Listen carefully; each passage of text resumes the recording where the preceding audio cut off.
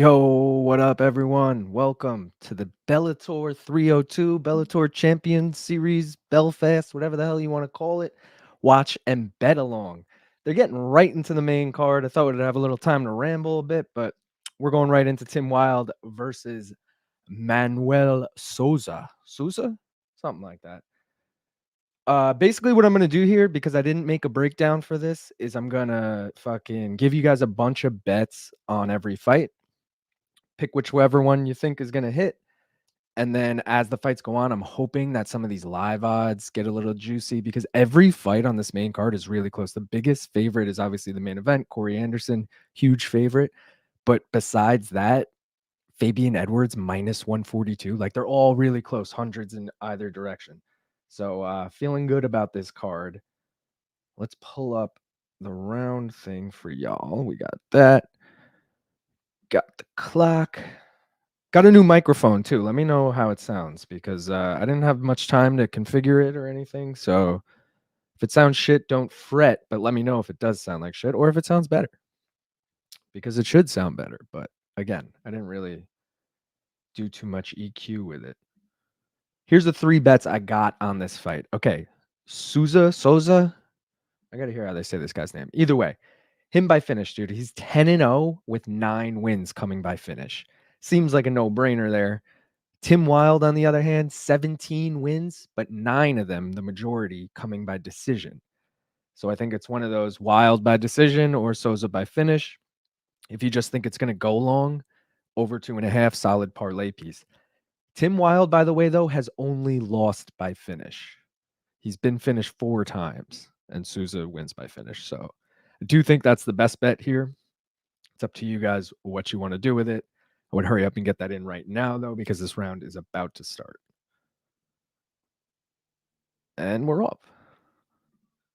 If it's weird how they did this broadcast because they literally just went right in from the prelims. It was like one long broadcast. But let's just say the main did start at 4, which I guess technically it did. This is great pacing, man. We're already in the first fight, 4 minutes in. I'll take it. I had to start early. Normally I start 5 minutes late because they take 15 minutes to get the fights going. So this worked out, you know?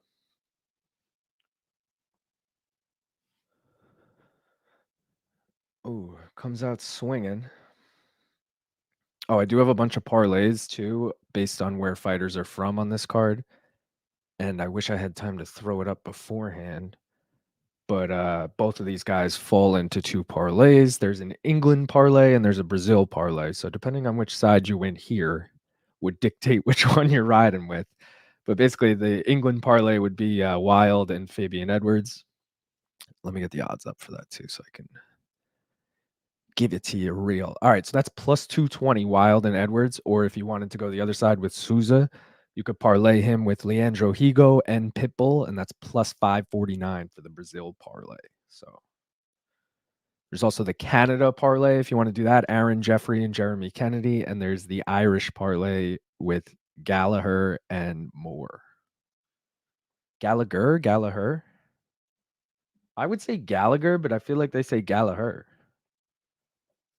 I never know. Let me see how this sounds for a second. They're in the clinch right now. All right, I guess it sounds good. Guys, I didn't even have time to take a bong hit before the fight started. What's that about? Big John in the dungeon in the corner here. They basically have Big John in this role. Don Davis was just describing it on MMA Hour the other day. That Big John is supposed to be like when you're watching an NFL game and they have the ref come in to explain why they made that call or whatever. It's essentially what Big John's job is. But I don't know why they don't put him in like a nice studio. He's literally in like his fucking basement with just a wood wall behind him. It looks so sketchy. Oh yeah, Wild trains Team Renegade. So that's technically also. I mean, that's the English parlay. They both train at Team Renegade, Fabian and Wild. But that's also obviously where Fabian's brother trains, Leon Edwards, UFC champion. So Arnold Allen also trains there. They got a solid Jai Herbert, solid little group of guys. I'm blanking on someone else. Mike Grundy, I want to say he trains there. Bunch of UFC guys. You know how it is. All right, yo, I'm taking this fucking bong hit because that's just what we do on the stream, okay? We take bong hits. We take bong hits when we get bets right. We take bong hits when we get bets wrong. And because I'm just giving you guys bets here, we're just going to take bong hits. I mean, there's no reason not to. But we always start off the stream with one, so we got to. Cheers.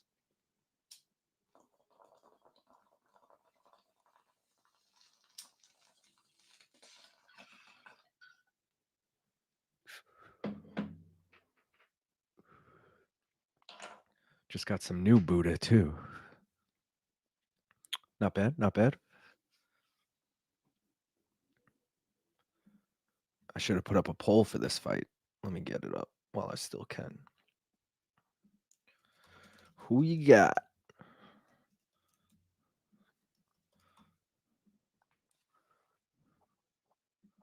Let me know in the poll who you got, who you got.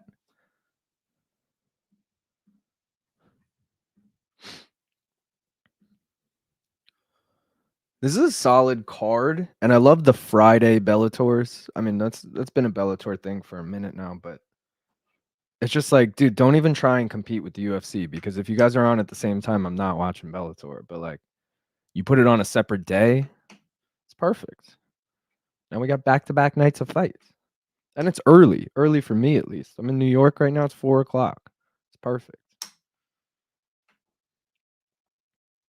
Tomorrow night though, Apex card at 10 p.m. Ugh. Apex card should be at like 7. If you ask me. Oh shit. Wilde just got knocked out cold. Holy fuck. Holy shit. All right, so Sousa by finish was 100% the call. Jesus. That was fucking vicious, dude. He's out cold, face planted, done. Nada. Sayonara. See ya. Wouldn't want to be ya. Damn, bro, that's fucking crazy. That shit was brutal. They just start bumping music. I got to see that shit again. All right, so I guess Sousa by finish was the move there. Hopefully one of you took that. Plus 185.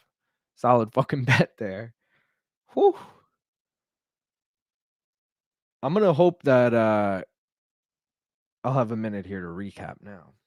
But holy shit. Basically, as I already explained, I did not make a breakdown for this. I only really like to take the bets when I made a breakdown so we can all ride them together.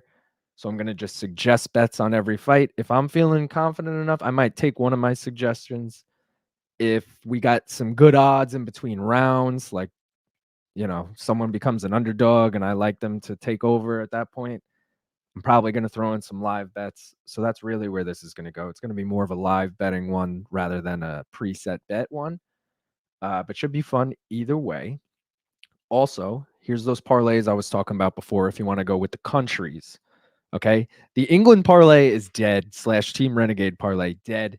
It died with Tim Wilde in the fucking cage just now. Holy shit. I got to see that again.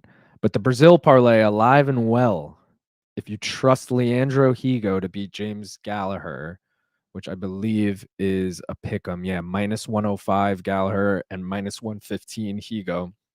And then the Pitbull Jeremy Kennedy fight is also a pick 'em. Minus 118 and minus 102. So both of those could go either way, but it's fat odds on them because of how close they are. So Brazil parlay looking nice. Canada parlay I don't love as much because I think Fabian Edwards probably wins. I do think Jeremy Kennedy has a chance. And the Irish parlay probably isn't going to hit. I mean, I don't think Corey Anderson's going to lose. Oh, dude. Twisted him with it. So right over the top. Oh, just a left hook right on the chin. And he caught him like spinning. Oh, dude. Brutal. Brutal stuff. Holy shit. Damn, man. I can't get over how wild that was.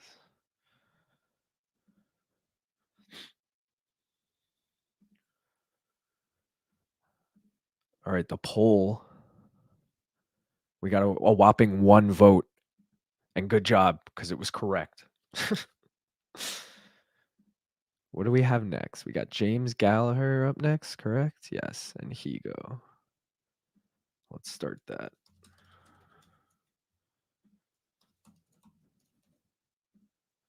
Gallagher and Higo. If you guys haven't, if you're new here, hit subscribe, bro. It'd be really cool of you. It'd be like so much cooler of you if you were subscribed rather than not subscribed. You know? This guy's talking Portuguese.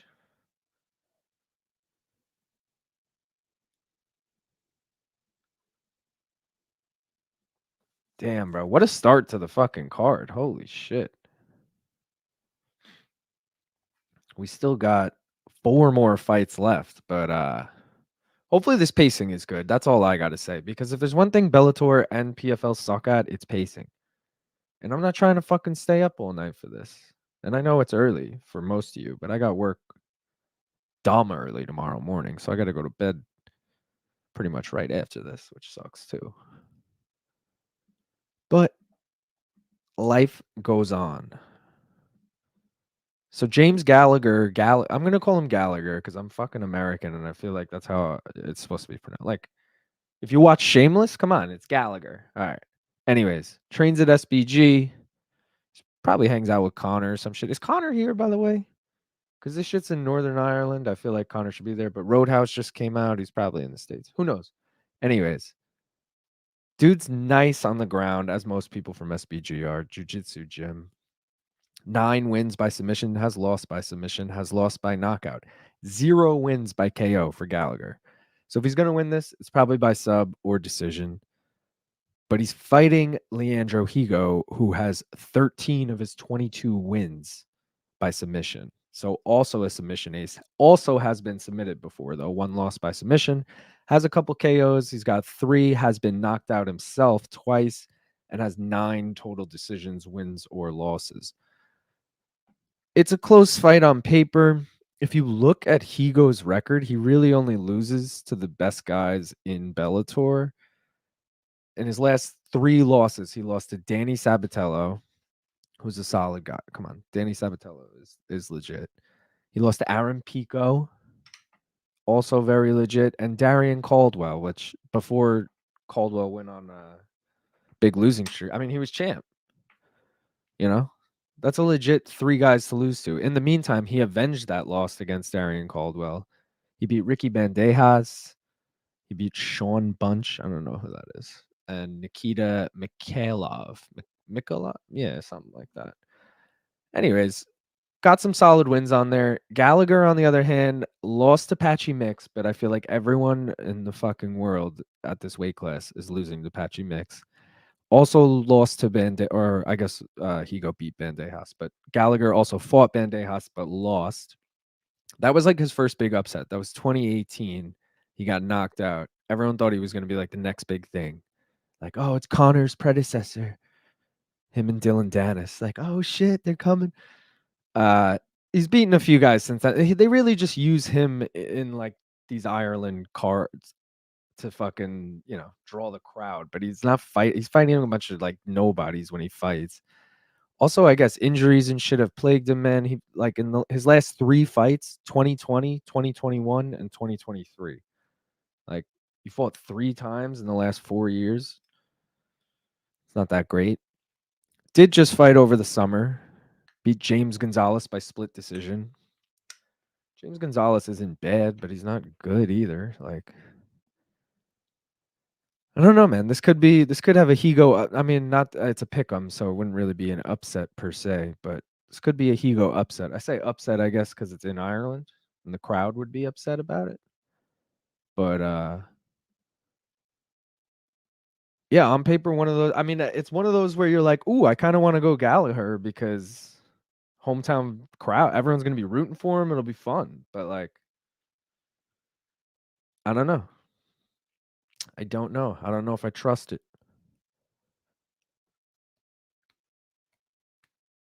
We're waiting to see what they do. Leo McCourt's dress has like gloves built into it. It has gloves, sleeves, and then it's a dress. It's like a fucking jumpsuit. I don't know. Shit's weird. Shit is very weird.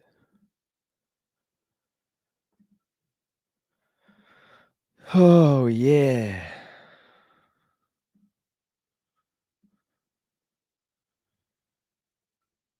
Yo, so is anyone gonna fucking comment or anything? I mean, what's good? The chat is alive and well or totally dead. Or what's good? I'm worried that I like fucking disabled it by accident. There's 8 of you in here. I mean, one of you can just write something. Oh, let me pull up the bets I got for this. I'm packing the bong again because I mean a fight just ended. Anytime a fight ends, technically we got to take a bong hit. They're showing the current Bellator champions. If we go through weight classes, Ryan Bader at heavyweight, the light heavyweight title is vacant. Johnny Eblen at middleweight, Jason Jackson at welterweight, Usman Nurmagomedov at lightweight, Patricio Pitbull at featherweight, Patchy Mix at bantamweight, and Chris Cyborg at women's featherweight. Such a random fucking. What do they have? They have other women's divisions, don't they? They had 35. No, they never had 35. They had 25, though. Alima Leigh McFarland was champ. And Liz Carmouche? Why didn't they show that shit? Like, how is your one women's division women's featherweight? Oh, they just fucked up the graphic. They put the Wilde Sousa. They just did it again, twice. They put the Wilde Sousa tail of the tape up. Get your shit together, Max. Or Bellator. Whoever's fucking producing it. All right. We're getting a walkout, which is exciting. Means the pacing of this is legit. What do we have? 5-10 minutes between that fight. Sounds like a long time, but because it went quick, not bad. In 5 minutes, we're gonna have the second fight already started in under a half hour. That's pretty good. Pretty damn good. Gotta change this shit.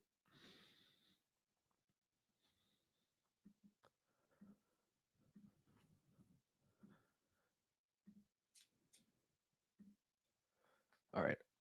Bong hit time. Oh, Higo, former LFA and RFA bantamweight champ, Brazilian Jiu-Jitsu black belt, has won 4 of last 5. That one loss was Danny Sabatello. Danny Sabatello is just going to wrestle fuck you. I don't know if Gallagher has the wrestling. He definitely doesn't have the wrestling Danny Sabatello has. I don't know if he has the wrestling credo to just wrestle fuck Higo. Also, like, yeah, I guess Danny did. I was going to say, do you really even want to wrestle Higo? This might be one of those ones where the jiu-jitsu is totally fucking negated and they just keep it standing the whole time and we get like a super boring.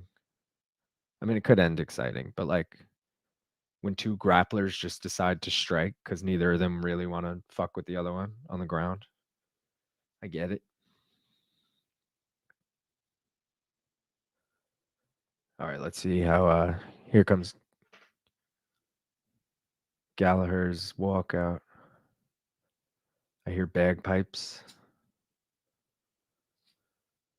Crowd not going that wild, not gonna lie, but he hasn't even come out yet. They're just playing the music, so we'll see.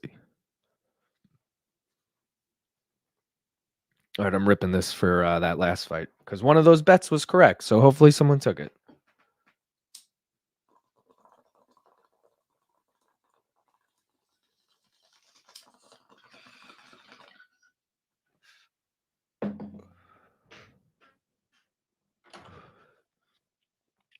All right, now it's some like fucking EDM song. I don't know. Does anyone know this song? I don't know this shit. He's just standing on the stage, like hands in, like he just want to fight. Like the crowd is not that into it. Now he's shadow boxing. I guess he's waiting for the music to drop to like walk, but bro, come on. All right, here he goes. He waited way too long to start walking. Does he come out to this song every time? I don't know.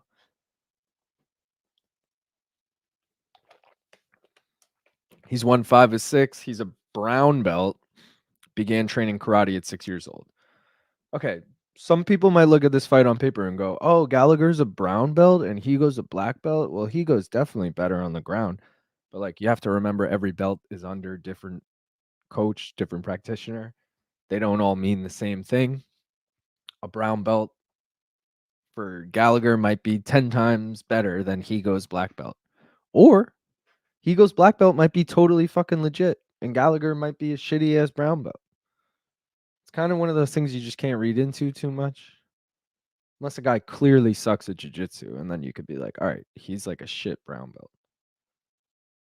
But most professional fighters, well-rounded especially, are black belts under someone. What that means, who knows, depending on who it's under.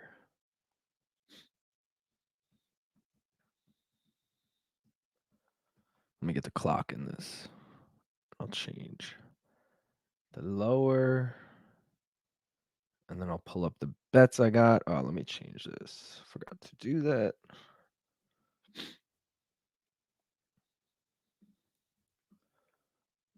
I find myself nodding my head to that song he's playing, but I'm like, I don't even like this shit.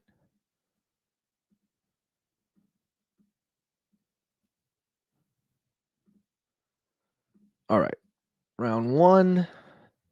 Here's the suggested bets I got. Gallagher by sub. As I mentioned, he's got 9 wins by submission out of his 12 total. So majority of his wins come by submission. I'm not saying he's going to be able to sub Higo, but Higo has been subbed before. So it's not out of the realm. It's not like he's never been finished before. Higo by finish is another good one because Gallagher's 2 losses have come by finish. And if you want to go against both of those and just say, I think this one goes all 3 rounds, which it totally could. Nice parlay piece. Fight to go the distance. Minus 135. Personally, I think I'm leaning right now Higo by finish as the best option. But crowd excitement level would be pretty sick if we get Gallagher by sub. So I'd also be interested in that. And I'm going to monitor how this fight goes because this might be one I live bet on in between rounds 1 and 2 if we make it that far. I got to really watch the scoring.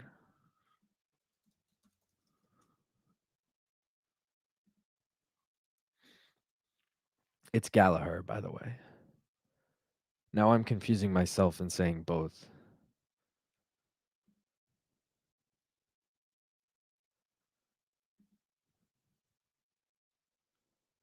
Stand in this box right here, he says.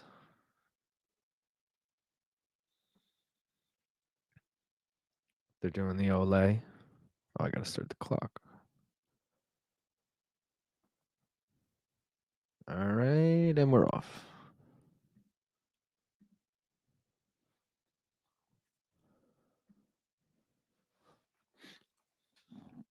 All right, I'm going to pay close attention to this because it's a pick 'em right now, and I think the live odds are going to be fun to watch. Like if Gallagher gets round 1 or Higo gets round 1, maybe they don't look so great, but they won the round, so the odds change. Got to play it out. Play it out. Also, we got the poll. 5 total votes. 80% of you got Gallagher. Interesting. Very interesting.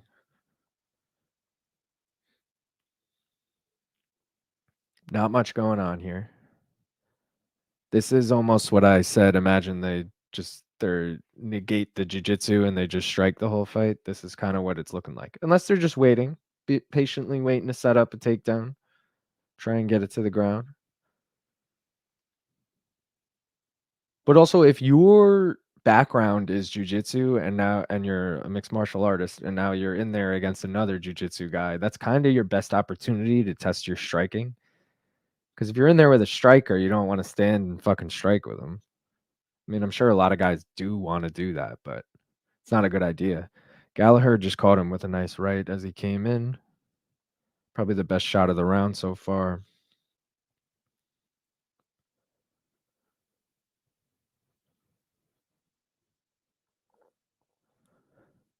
A lot of feinting, but not much actual strikes being thrown.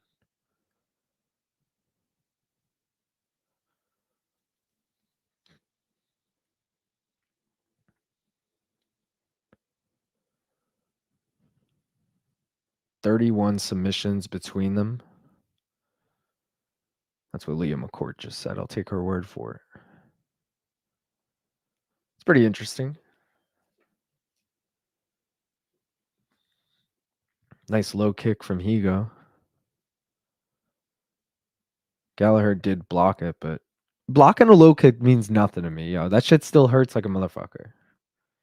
Ooh, there's a head kick, Gallagher.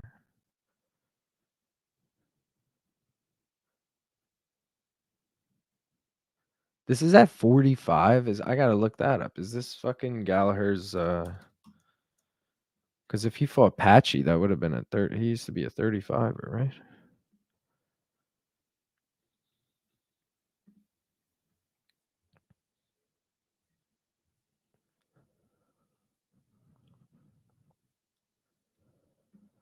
They're doing the ole again. Ole, ole, ole, ole.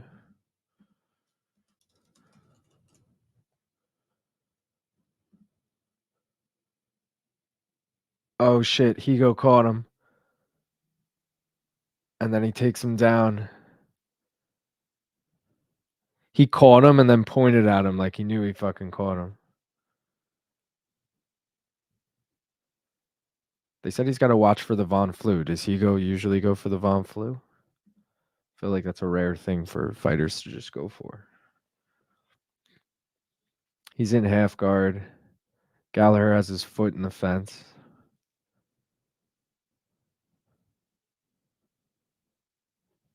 They're up tight against the cage, so it's hard for him to really do anything. Starts landing some big shots, though. Gallagher using his feet to try and kick him off. Higo's trying to take the back now. Oh, Gallagher goes for a leg lock.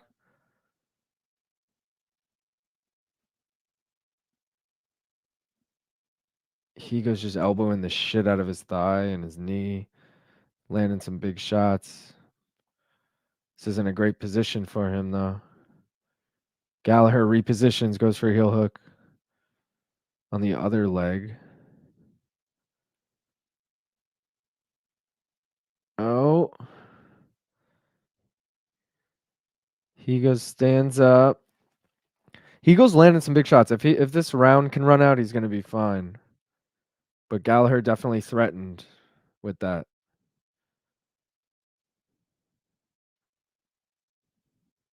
I think he's going to get out of this round. But yeah, you got to give. All right, you got to give that round to Higo because he fucking did way more damage. But Gallagher made it competitive with that leg lock, but it was more of a desperation thing. Let's see what the live odds are. Gallagher right now is plus 140. I kind of agree with that though. Like I feel like Gallagher is going to lose. I think we get a Higo finish.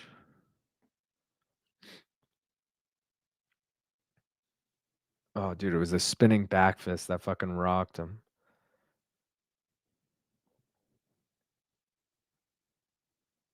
Let's see how this round starts because it'll be interesting because the only reason that went to the ground is because he rocked him, so he easily got the takedown. I'm curious if he goes for the takedown right here or it starts slow again until a big shot lands. Going into round 2. Waiting for them to close the cage door.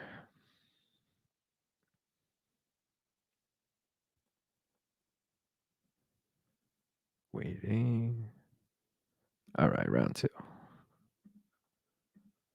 Round two.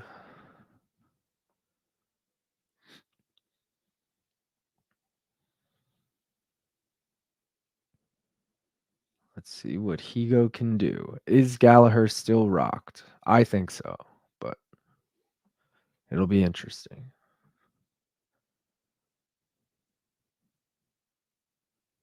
This round starting really slow again.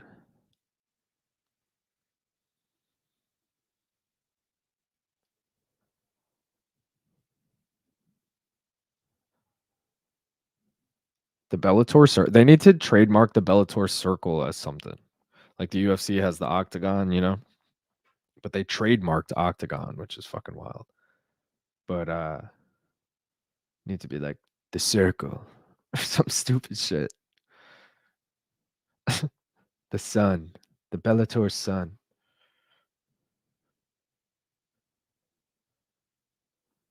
Live odds updating. Gallagher plus 250. Higo minus 345. So as of now, the time to get Higo was obviously pre-fight minus one. What do I have down there? Minus 112.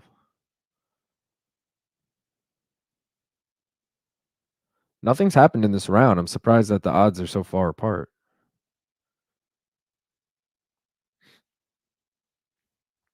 Leg strikes, 3 of 6 for Gallagher, 2 of 6 for Higo. And as I say that, Higo lands a nice low kick.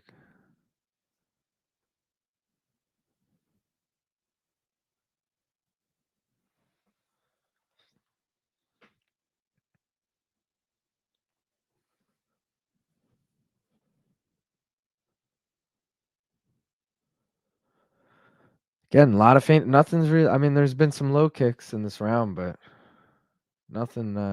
Oh, as I say that, Higo lands a low kick. Gallagher comes in, kind of rocks him with a right, but then Higo just rocks him right back. Wasn't anything too serious, but like as soon as Gallagher closed the distance, he got fucking caught.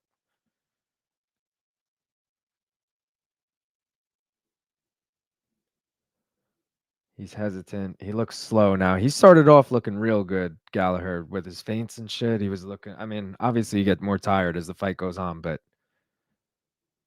his feints have gotten a lot slower.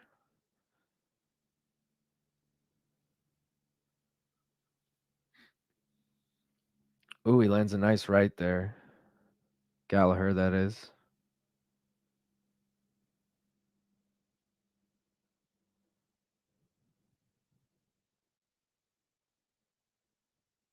Ooh. Higo hit him with a low blow. Oh, gotta stop the clock. Their clock is still going too, so I have no idea where it stopped.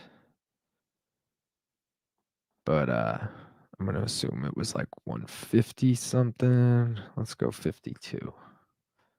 Their clock is still running despite this fight clearly being paused. Okay, they took the ticker out.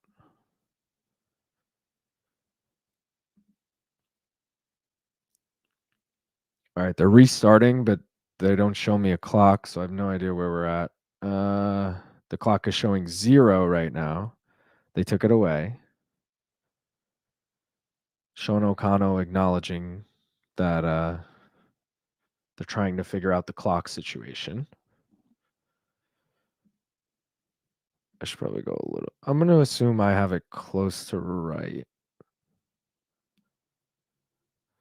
Let's see. Let's find out. They don't even have a fucking clock. Oh, dude, Higo whiffs on this huge front kick and then throws a spinning back fist off of it. It landed, but it wasn't clean.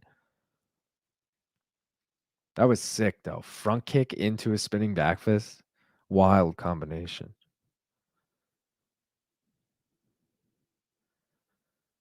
Gallagher with this fucking open stance karate. Looking like Connor. Oh, they're at 18 seconds according to their clock. So we were way off.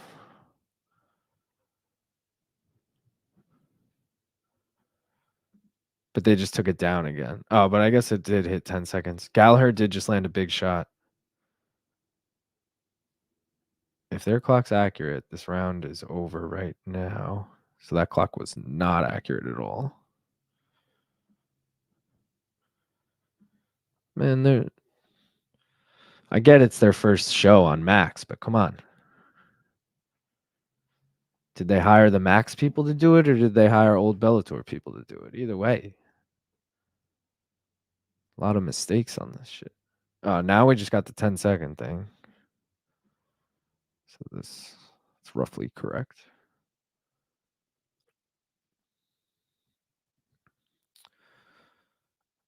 It was a closer round. Still probably give it to Higo, but you could argue Gallagher.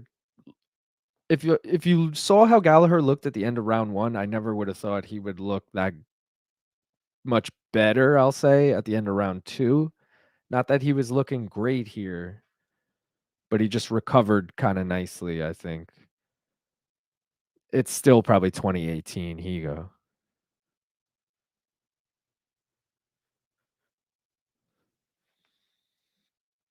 We'll see though. If you have it 1-1, it could be anyone's fight here.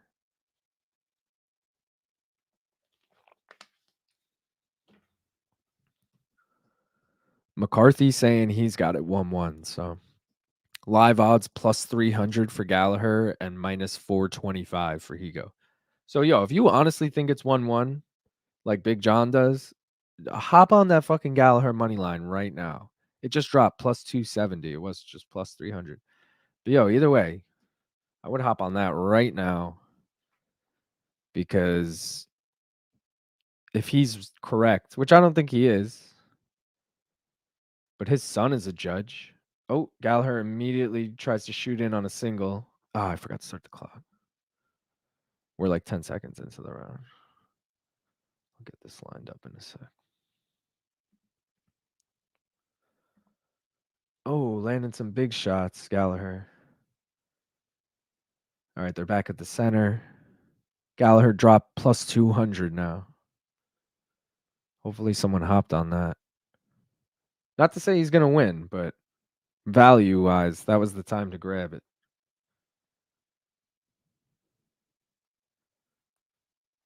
Nice 1-2-1 from Gallagher.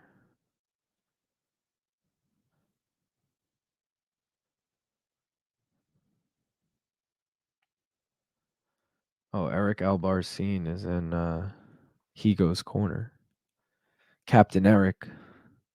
Gallagher's plus 180 now. It's dropping like flies. Throws a right. Oh, but Higo gets the body lock. Oh, and gets the takedown. And just like that, Gallagher's plus 300 again. Higo's got one hook in, trying to work to the back. Oh.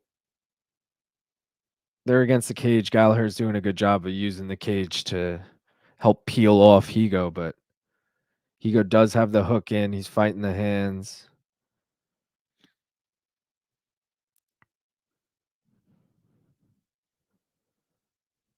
Just making Gallagher hold all of his weight here.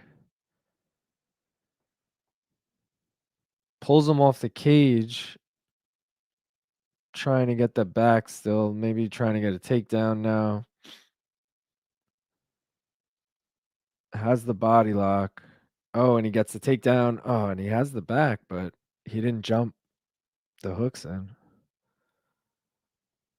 It's just dominating here. Gallagher's plus 400 now. This is Higo's fight to lose here. I had him up 2018 going into this. Big John said it was 1-1. I mean, even if it is 1-1, Higo's winning this round. I think it's going to be 30-27 Higo. Oh, another takedown. Lifted him in the air for like 5 seconds there. Live odds, Higo's minus 720.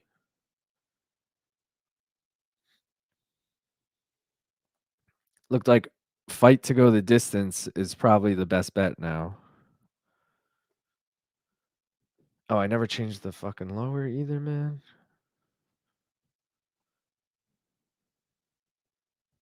Yeah, because I don't think Higo's going to get the finish now, and I don't think Gallagher's winning this shit. Live odds plus 550 Gallagher, minus 920 Higo. Gallagher's going for something, man. He's trying to go for a triangle, I guess. It's like inverted right now, but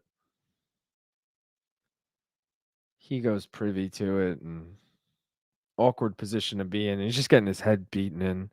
Minus 1,300 Higo now, plus 700 for Gallagher.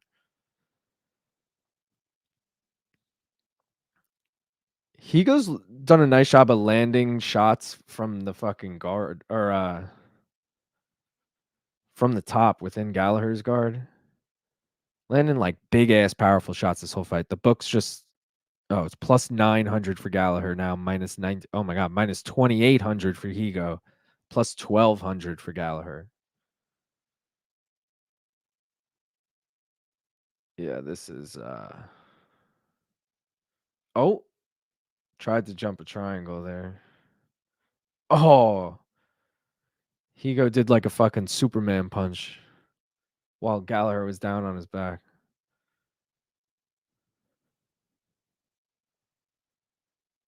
Oh, just landing big shots from the top. Higo. Oh, another big shot.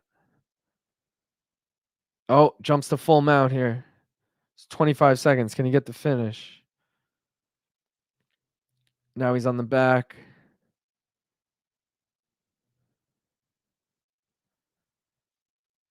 Higo punching him in the armpit.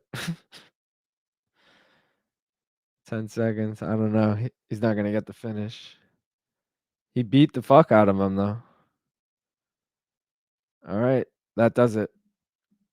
If you ask me, 30-27 Higo. I'm not going to be surprised if one. I'm going to say one judge has it 29-28 Higo. The other two have it 30-27 Higo. That's my guess. It's in Ireland. How corrupt are the judges in Ireland? I don't know.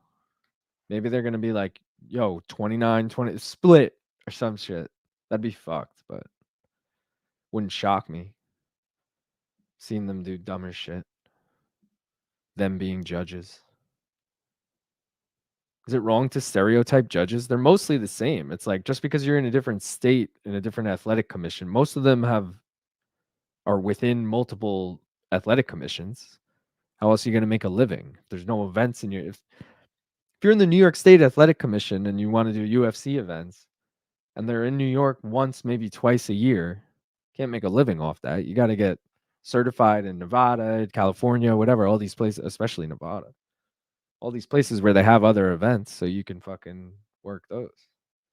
So a lot of the judges are the same regardless of where you go. But when they're abroad, a lot of times it's local people.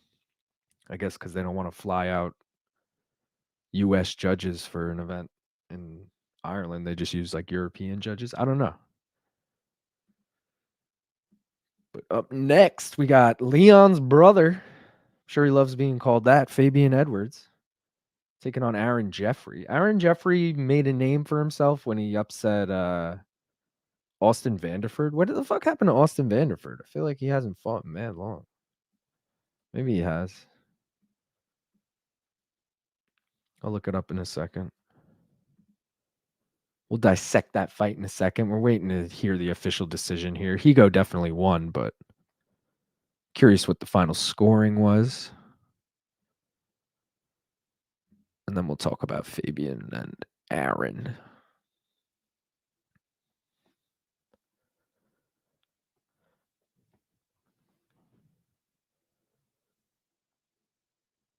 Big John had it 29-28. I mean, we knew that because he said he had it 1-1 after 2. And that third round was very clearly Higo's.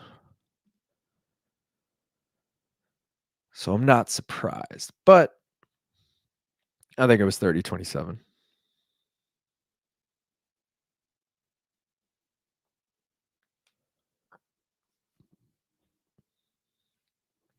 Thirty 27, 30-27.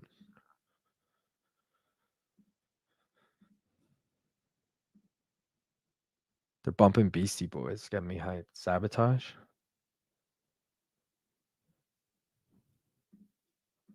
Oh, now they're playing Red Hot Chili Peppers. All right, here we go. To judges' scorecards. Wow, all three 29-28. That's crazy, man. I had that shit 30-27. Either way, the right guy won. Leandro Higo. Good for him. Only loses to the top guys, as I mentioned, or at least recently. Aaron Pico, Darian Caldwell, and Danny Sabatello. All solid losses. Gallagher, on the other hand, kind of loses every time he steps it up. He lost to Patchy Mix. Again, I can't blame anyone for losing to Patchy Mix. He's probably the best bantamweight in the fucking, possibly in the world. Definitely in Bellator. Bandejas, not the worst loss, I guess. It's only his third career loss. They'll give him an easy one next time, I assume. It's Bellator. Who knows, though? With the new PFL Bellator thing, they've kind of been doing a good job of making good fights, I guess I'll say. Because the old Bellator way was always to, like, go by the rankings, and it was never a fight anyone cared about. Like, I don't care if the number one contender is fucking Timothy Johnson. Give me fucking Fedor versus Chael, like. But yeah, you guys know how it is.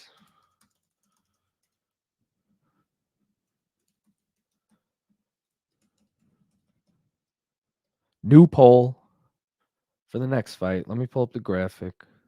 In the meantime, let's revisit this while we still got a chance. Brazil parlay alive and well. All you need is Patricio to pull it off. And then it's plus 549 for the three Brazilians on the main card. If you have the Canada parlay, you need this to hit right now. You need Aaron Jeffery to pull it off. The England parlay is already dead, and the Irish parlay is dead. I mean, the Ireland parlay had no chance with more on it in the first place, but definitely has no chance now. It is 100% over. Anyways, we're going to get on to the next fight. As I mentioned, Leon's little brother. I think it's his little brother. Is it his older brother? Fabian's 30. I think Leon's older than that. AJ McKee in the house. Well, not in the house. In his house, it looks like. But on Zoom. They got him in the 2 box, AJ McKee, last time we did the Bellator live stream for PFL versus Bellator, AJ McKee fucking finished his fight before we even went live. Dude kills it.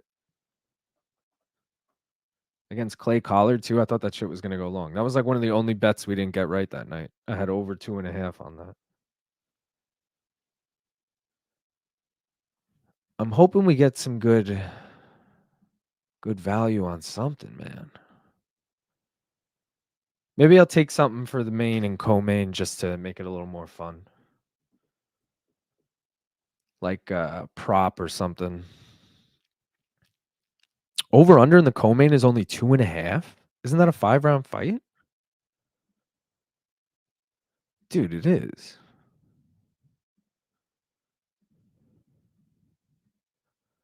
Oh, but every over under is minus money? That's bullshit. They set the line at 2.5, but over 4.5 is minus 110. I think that one goes long. Jeremy Kennedy and Patricio?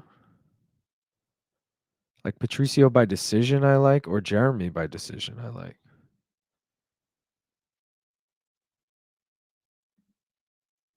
And then Corey Anderson by finish, I'm thinking. What do we got on that? Minus 175 for that. What about Corey by KO? Is minus 135. Fuck. Can we do his same game? No, we can't. Maybe we'll do, can we do round props? Where are we at?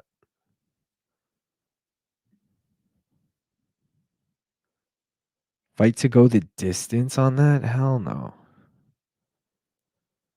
Damn, bro, you can only get so specific with these. Maybe I'll have to do a parlay. Maybe I'll do the over 2.5 This is what we're doing. Ready? Here it is right here. I'm taking this. Let me make a lower for it.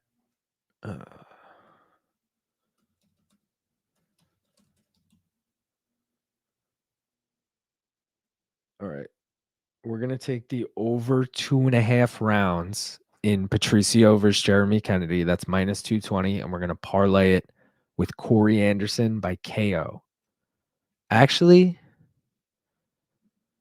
if I can get Corey by finish, I like that better just in case.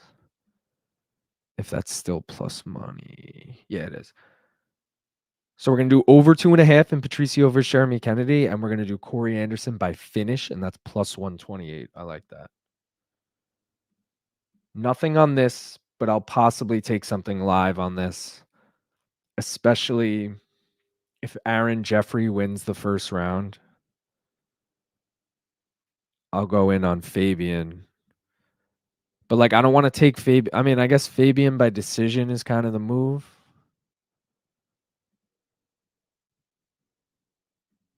Right? Let's see. Fabian has been knocked out before, and Jeffery has been subbed before. I don't think Fabian's going to sub him. And I guess Jeffery could knock him out, but like Johnny Eblin knocked him out. You know, it's not like he's chinny or something. It's like Johnny Eblin was just ground and pounding.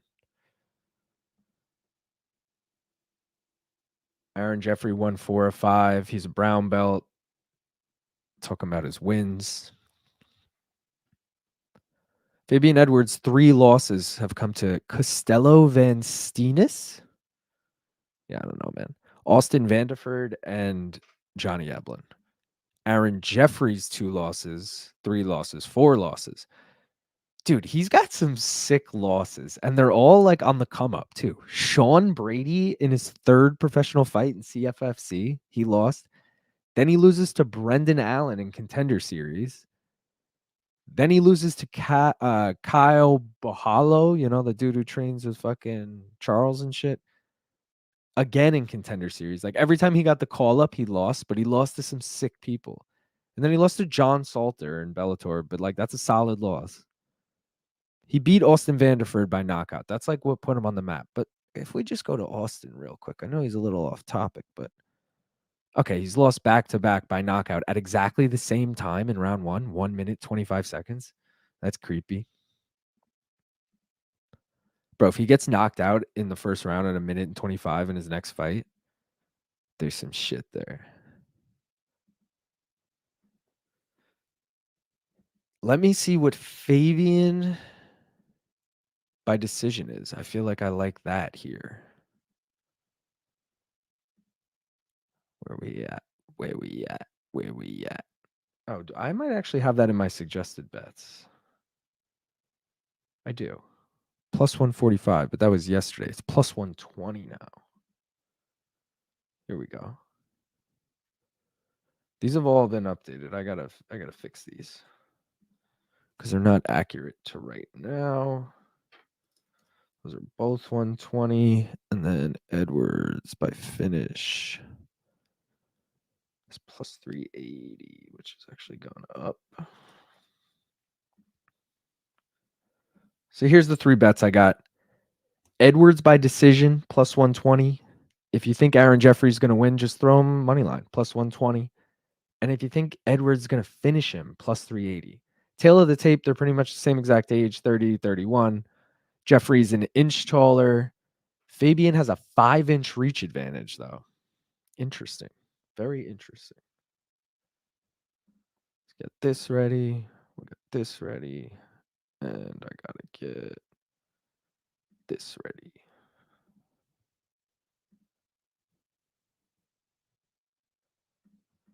What time is it? 4:56.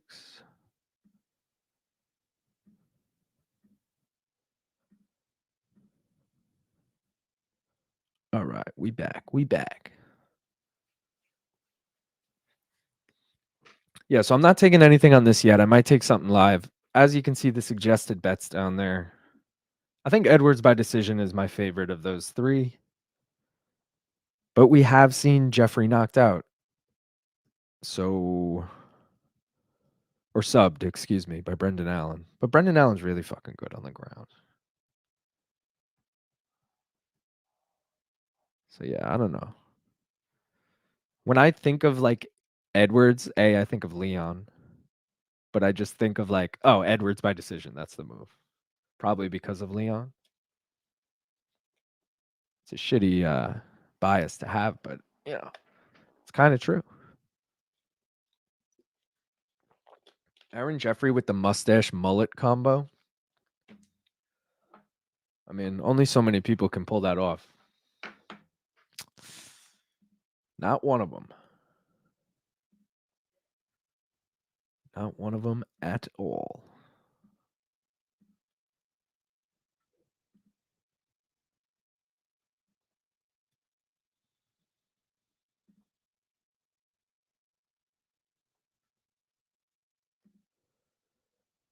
Leon in his corner, nodding his head, cheering on, bro. Got a text quick.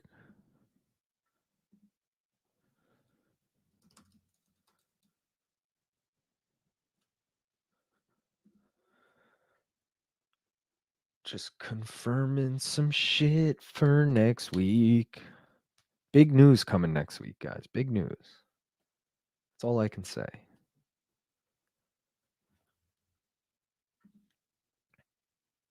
All right, this round is about to start. This fight is about to start. Fabian Edwards, Aaron Jeffery, the Canadian versus the Brit. If you guys have the Canadian parlay, you need this here. British parlay already dead, unfortunately.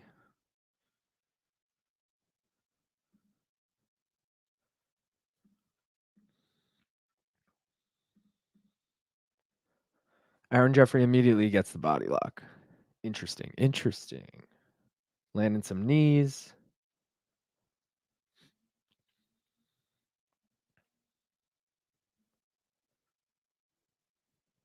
Fabian turns him around pretty easily.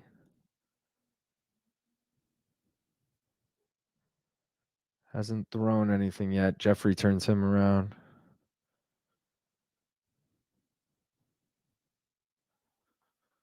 Jeffery tries a trip, but Fabian reverses. And he gets the takedown. Fabian, that is. He's in half guard. They're right against the cage, though. His head is like digging into the fucking fence. Jeffery gets right back to his feet, though. Edwards lands a nice knee inside. A lot of just reversing of position against the cage. I feel like every time I say something, they say it right after.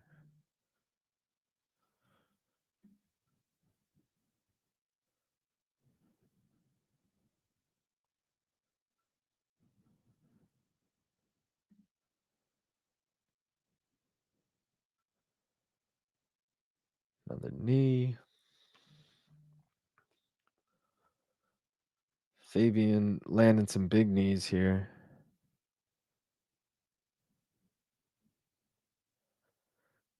Jeffery reverses. This is literally just a back and forth. It's a weird round. Fabian got the takedown, so I guess I'm favoring Fabian at this point, but it's Jeffery did initiate the position for what that's worth.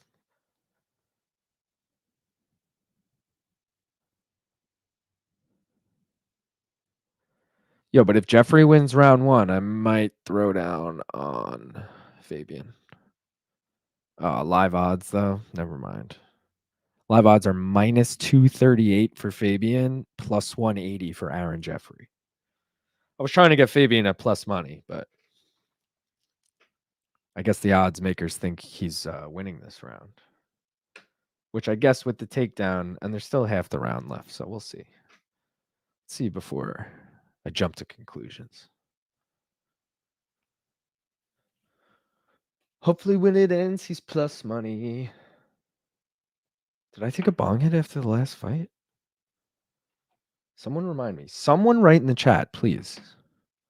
I need to know that it's working. Otherwise, I'm going to make a poll and be like, is the chat working?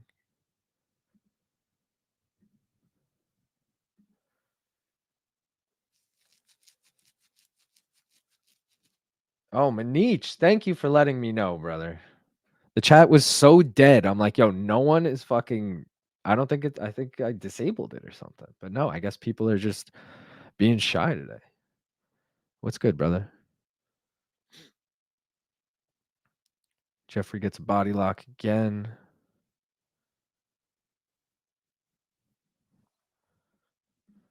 What's up, bro? Have you been watching this whole card, Manich? I've only been watching the main. It's been solid. Very Bellatory, but you know, got to do what we got to do. King J, college ball cooked the fuck out of my bankroll. I'm sticking with MMA. Yeah, dude, I did brackets and shit, but I didn't actually bet much on I say much because I did throw like some random parlays based on Tristan's advice actually. Got you up in the background here. I'm not even watching the fights. That's hilarious. Hell yeah, main card minute is greater than Bellator. Honestly, I give this round to Aaron Jeffery, and yo, I'm taking Fabian if he's plus money. Fuck, it's pick him right now. Maybe in the next 20 seconds it'll update. There's 20 seconds left in this round.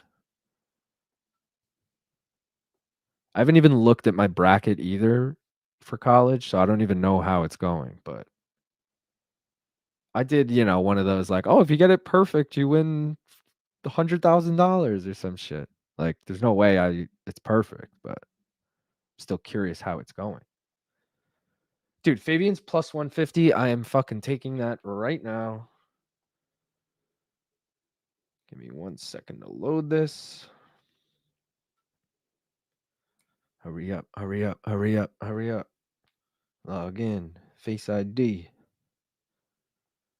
Let's go, let's go. Oh, I hit UFC by accident. Bellator. Fabian plus 150. Processing. Let's go.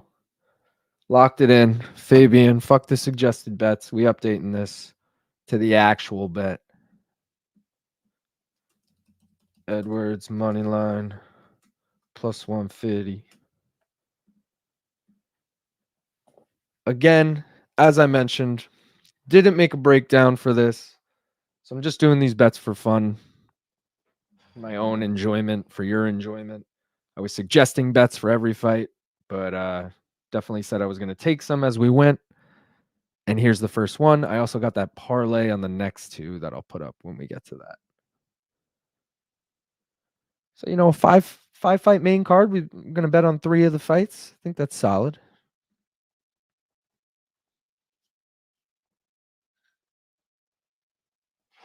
Definitely getting a bong hit ready because I'm pretty sure I didn't take one after the last fight.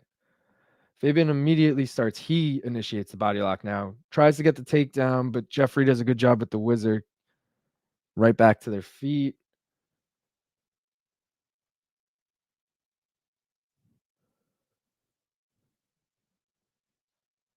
Fabian's plus 220 right now.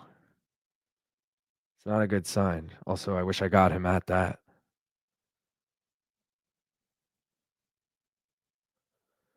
It looks exactly like the same fight, honestly. Jeffrey's just pressuring him against the cage. It's a really boring fight. Like, I'm all for dominating. Let's see what AJ McKee has to say.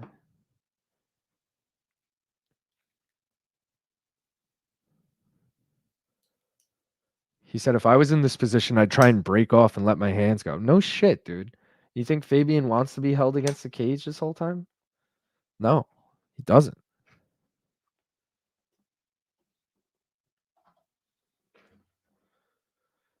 AJ McKee.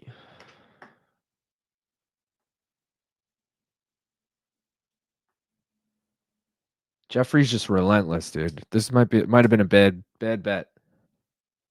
Because we need Fabian to at least win this round to have any hope for it. Well, I guess he could win by finish, but still. All right, he broke free. Let's go. Oh, immediately fucking eats a low kick and like stumbles. Oh, now he's in on a double though. Jeffery doing a great job at defending though. Yeah, I don't think he's going to get this. Jeffery sprawling and just reverses it. Now we're right where we were. Jeffery with Fabian's back against the cage.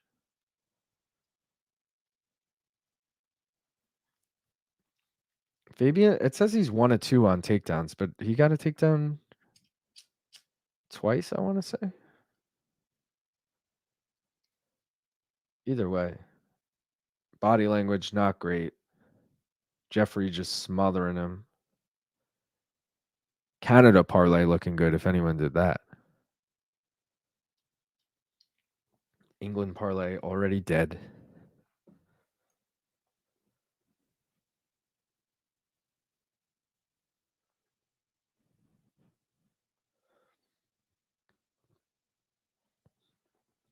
All right, Fabian, come on. Let them hands go. They're back at the center. Oh, he lands a left right there. See?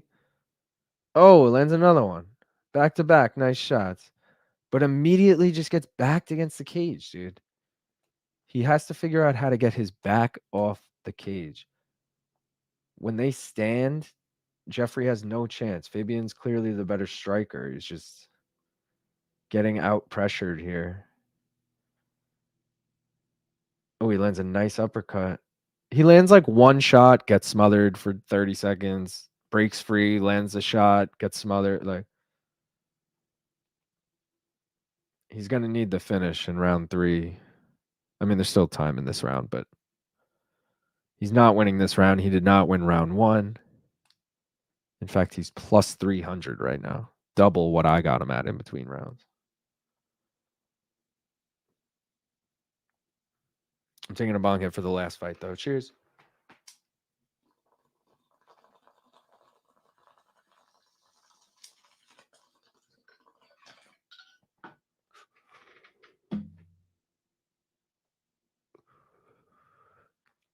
Oh, yeah.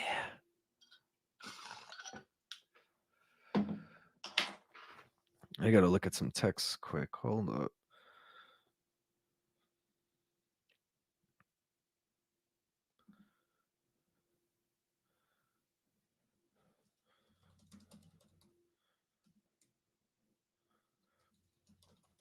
Oh, shit. Fabian got the back. Of course, right when I go to answer this message.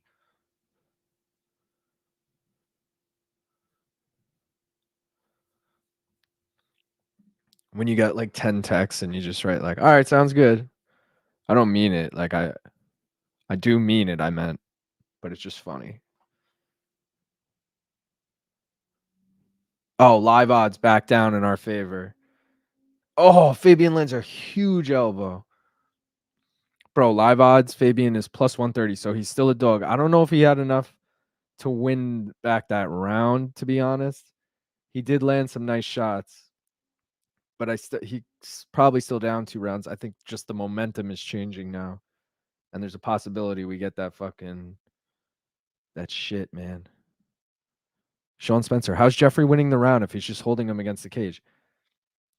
I mean, how is Fabian winning the round if he's not doing anything? You know, like at the end of the day, you got to count pressure for something. I get what you're saying, but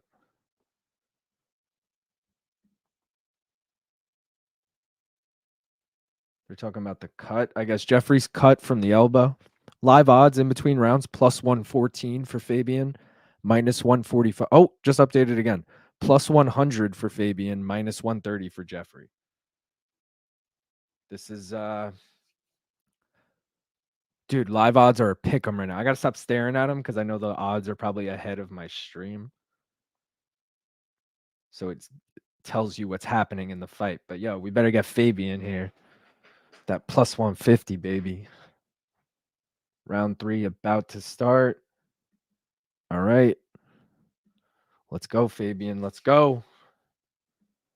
I'm going by your commentary. You said Edwards was landing shots. He was, but how do you factor it in, Sean? You know, it's like 3.5 minutes of control time, 4 minutes of control time, and then like some big shots landed, you know? Like you can't just negate the first 4 minutes of the round. I don't know. That's why it's hard to be a judge. Like I almost called him Leon. Fabian's landing right now. They're in the center of the fucking cage. Jeffery's got nothing for him when they're standing, dude. Oh, and he stuffs the takedown, but Jeffery's dragging him to the fence.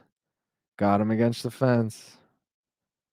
Fabian's got to break free from this, and he does. Nice.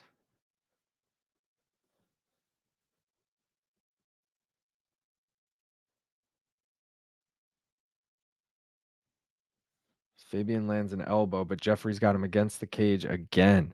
There's control on the ground, but pushing into the cage isn't really judgeable.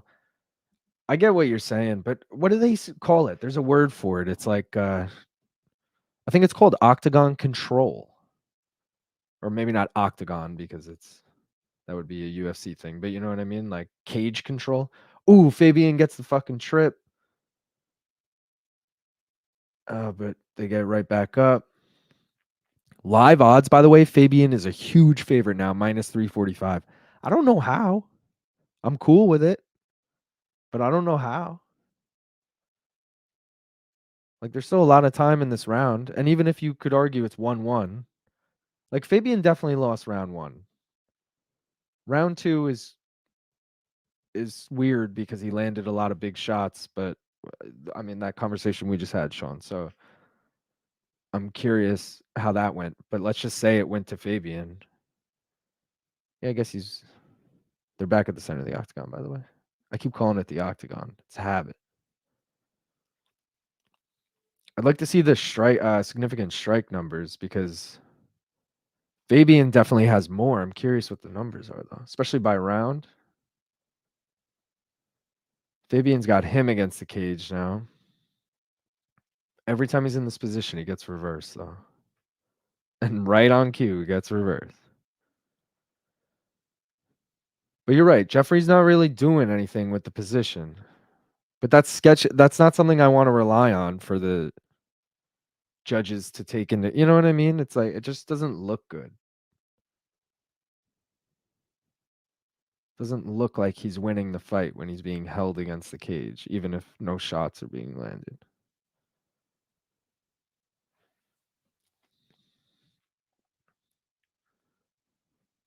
This has been the fucking fight. All right. They're separated. They're in the center. Edwards catches a kick, throws a left with it, lands a nice elbow, nice knee. Oh, dude, he has him in the fucking clinch and just drilling him with knees to the body. Back against the fucking cage again, though. Story of this fight: Leon breaks free, lands a couple shots, gets dragged back to the cage. I'm with you, but fighting requires a little hitting. Yeah.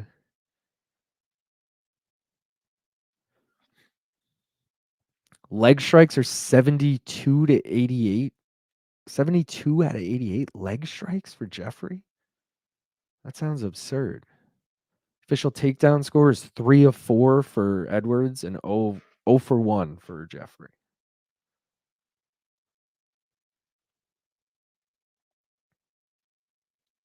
Live odds minus 270 for Fabian, plus 200 for Jeffery.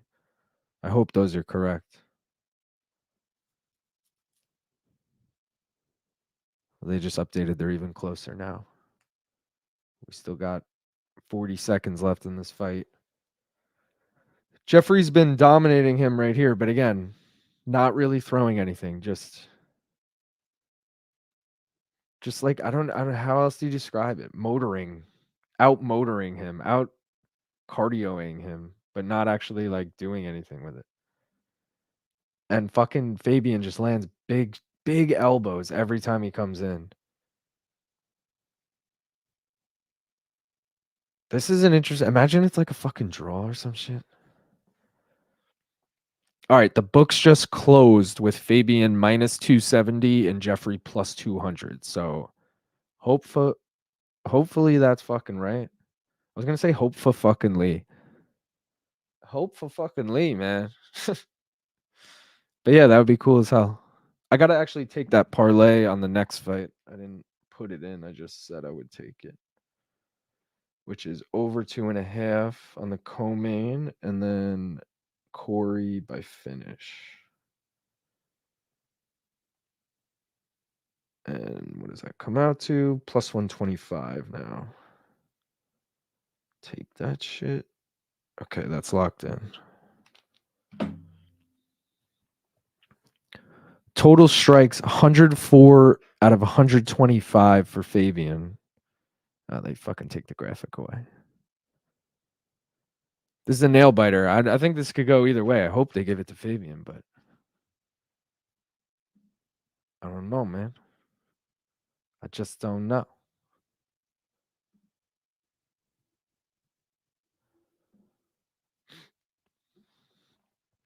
Some huge elbows. I want to see the elbow fucking stats.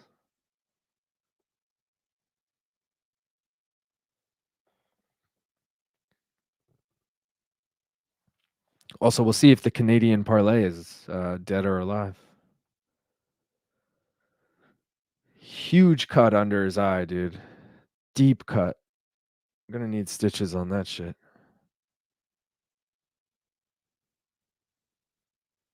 All right, we're about to get the decision. Drum roll. All right, it's not that close because the music's still playing. All right, they threw it to him. All right, here we go.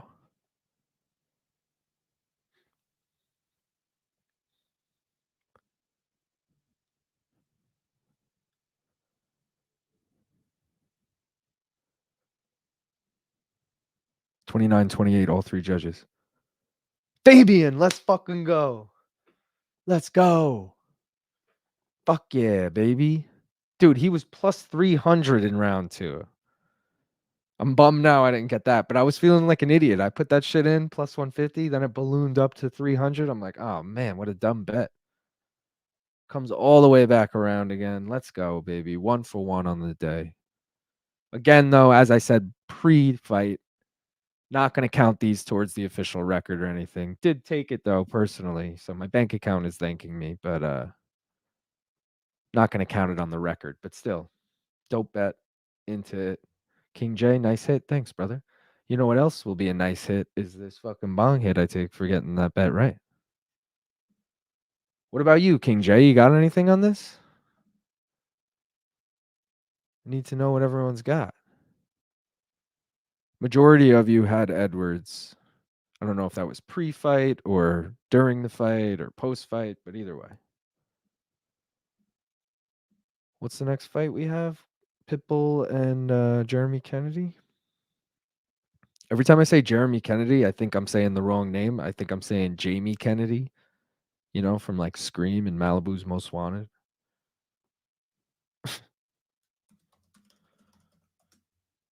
Who you got? Pitbull or Kennedy? Bellator makes a big deal about the number one contender. Like they like label the fight number one contender and they're like, we're now talking to the number one contender. Like it's kind of corny, but at least it's like something that they can hold the promotion to. Like I fought for the number one contender. You said I was the number one contender. You introduced me as such. UFC for me, brother. Best of luck today, though. Looking solid thus far. Thanks, King J. Yeah, I'll be on tomorrow for the UFC, you know. It's a fucking late one, though. 6-fight main card starting at 10 o'clock Eastern time, at least. You know, 10 o'clock for a pay-per-view. I'm all for it,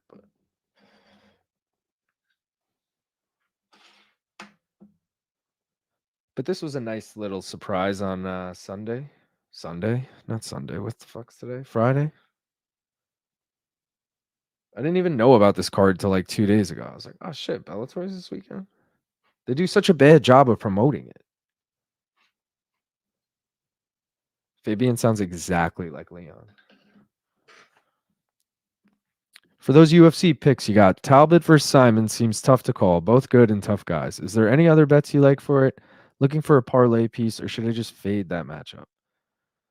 Let me look right now, brother. I got you. I'll leave that comment up so we know what we're talking about. Let me switch to UFC. Peyton Talbot, Cameron Simon. Okay. So Peyton Talbot by finish plus 240. And no, Cameron Simon's never been finished, but Peyton Talbot usually wins by finish. Something interesting. You said you want a parlay piece, though. So you're not looking for a single, probably. Let's see. Let's see.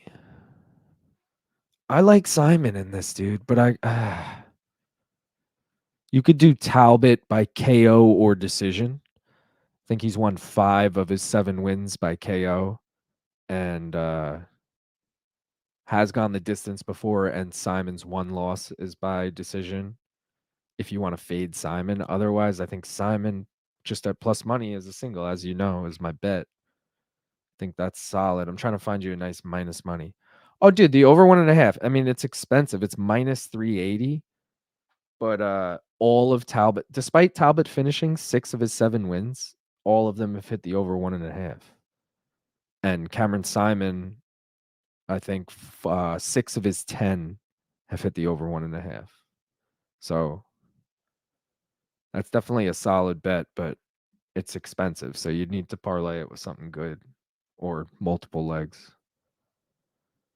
I didn't even know about this card until 2 days ago. Is every Bellator card ever? You're so right. Honestly, yeah, you like the over 1.5. Yeah, dude, that's again, I mean, it sounds stupid because it's minus 380, but that is probably the safest. 2.5 is minus 190. That's a little riskier, obviously, because one of them could get finished. Like, you almost have to look at it like Peyton Talbot might have never fought anyone as good as Cameron Simon. Like, Cameron Simon, I'm not saying is like future champ material because I don't think he is, but he's solid. And again, I don't think Peyton's fought anyone as good as him. So over 2.5 could be solid too. Maybe Peyton wins, but like I don't think he finishes him. But yeah, definitely as a parlay piece. Don't take that as a single. All right, let me get rid of this lower because we cash that shit. I'll throw up my initial suggested bets for this fight, and then I'll throw up the parlay that I actually just put together. Where is it? All right. So the suggested bets for Pitbull versus Kennedy, I got Pitbull by finish at plus 150. Let's look at their records so I can justify these bets for a second. All right, Pitbull's got 35 fights, 35 wins, 23 have ended by finish. So most of the time he gets it done by finish. His last 3 wins, though, were all decisions. 2 of those being 5-rounders. So this one could go long. Kennedy by decision, I like, because 19 wins, 10 of them have gone the distance, including 2 of his last 3 and 4 of his last 5 have gone the distance. Pitbull, though, little old, 36, little chinny, just got knocked out in the first round in fucking Ryzen. So, did lose to Sergio Pettis. That was a close fight. Got subbed that time by AJ McKee. That was like a quick, not discrediting the win, but that was what it was. Otherwise, dude, he's been pretty fucking solid. Jeremy Kennedy, though, I feel like is such a dark horse in Bellator. I've been betting on him for a minute in Bellator. Because I was just like, oh, former UFC guy, I'll take him in Bellator. I feel like that's the logic. And he beat Emmanuel Sanchez. He was definitely an underdog for that. Pretty sure he was an underdog against Pico, but it was close. He might have been the favorite against Pedro Cavallo. I don't remember. But yeah, I think Jeremy Kennedy is solid. If you had given me either of these guys at plus money, I would have taken them, which is probably why it's pick 'em, and they're both fucking minus money. Oh, right now, actually, Pitbull's plus 100. So I think that's a solid bet. If anyone wants to take that, Pitbull right now plus 100, Pitbull by finish plus 150, Kennedy by decision plus 200, and the over 3.5 is minus 150. But I should double check these because these are from a few days ago. 3.5 is minus 145 now. So that's even better. And let's see. Pitbull by finish is plus 175. That's even better. And Kennedy by decision is plus 215. That's even better. So all the odds now are even better than they are below. But fuck those. I mean, you guys can take those. Those are all solid bets. But that's not what we're taking here. I'll throw up what we're taking here. Give me a sec to put it together.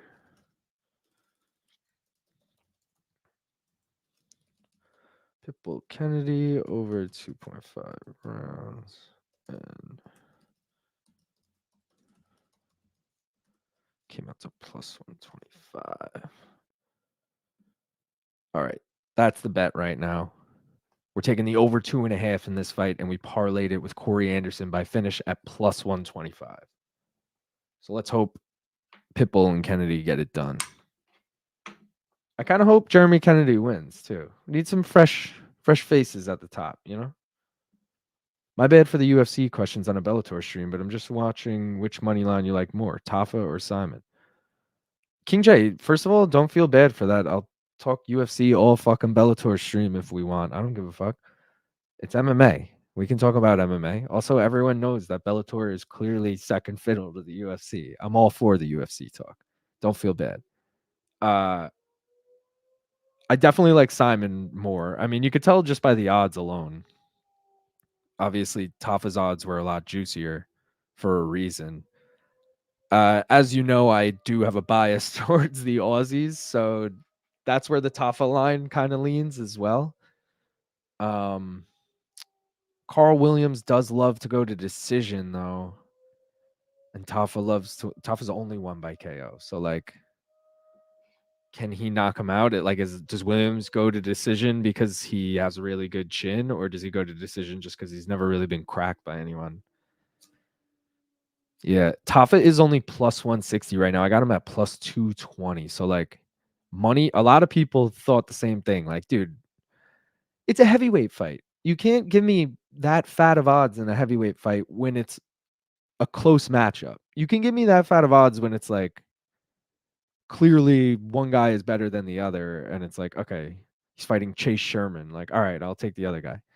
Like when Romanov fought Chase Sherman, I think Romanov was like a minus 3,000 favorite and Chase was like plus 1,200. Like, okay, I get that. But that's not this. They're relatively close in the rankings, I would think. Again, they're not top 15, but I'm sure they're, somewhere in that 15 to 30 range. I don't even know how many heavyweights they got on the roster. But either way, definitely more into the Cameron Simon thing. He's sitting at plus 136 right now. We got him at plus 140. So little money's coming on him, not much. But yeah, I was surprised to see Simon. I thought that fight should have been like a pick 'em, Simon and Talbot. Because it is a tough one to call. So as soon as I saw plus money on him, I was like, okay. And then again, Tafa, heavyweight, and Australian, and always wins by not. It's like, all right, I'll just throw down on Tafa. I like having singles too at plus money because then we just need the one thing to go right and we hit. It's a bummer when you hit a leg or two on a parlay and then you lose it all on the last one or something. So just wondering, all good, brother. Agreed. Plus 220 on Tafa is a great bet. Yeah, dude. That's what I'm saying. Like, that was too far of a line. For Karl Williams, and to be like, I've seen Karl Williams fights, but like, only because I watch every fight on every UFC card. But at the same time, if you were like, yo, Karl Williams, I'd be like, no, who the fuck is that? And then if like when I see a picture of him, I'm like, oh, that guy. Oh yeah. When I look back at his record. Oh, I remember that. Okay. Oh, that was on that card. Yeah. All right. But like, he's so forgettable. He's not like some big name at heavyweight that I'm like, oh shit, Justin Tafa's fighting this guy. Like, I don't know. I think it's one of those. Let's do Tafa a favor. The whole story behind that fight is cool too, because it was supposed to be Junior Tafa's fight. But then when Justin Tafa couldn't make the last fight, Junior stepped up. And now Justin's returning the favor here. Oh shit. So that shit's cool.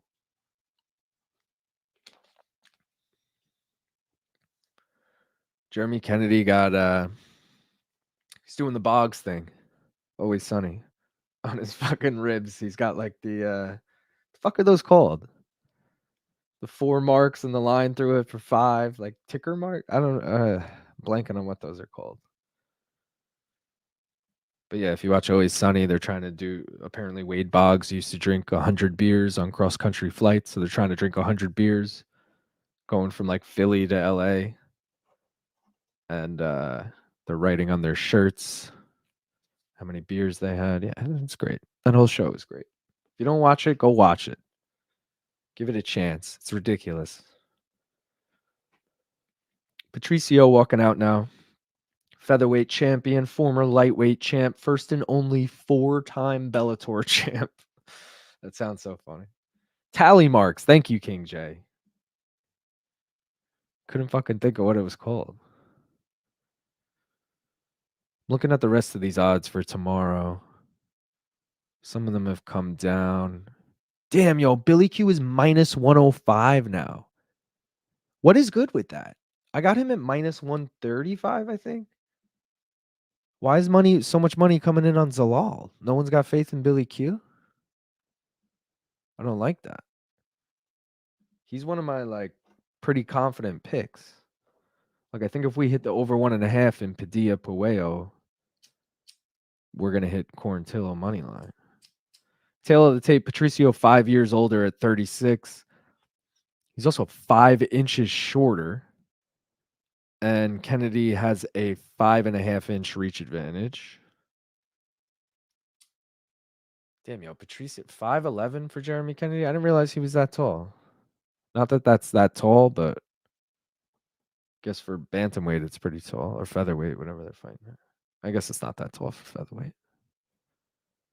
I guess Patricio's just tiny, 5'6". All right, this is my victory bong hit for Fabian. Shout out to the Edwards bros.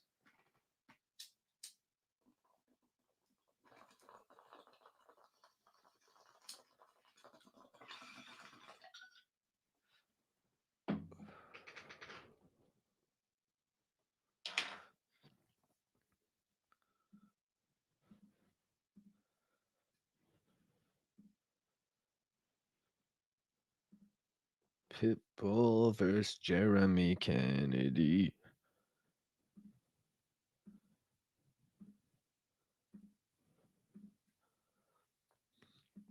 Let's go. Let's fucking go. 5 rounds, dude. And all we need is the over 2.5. I think this one goes the distance. But over 4.5 wasn't even plus money, which is wild.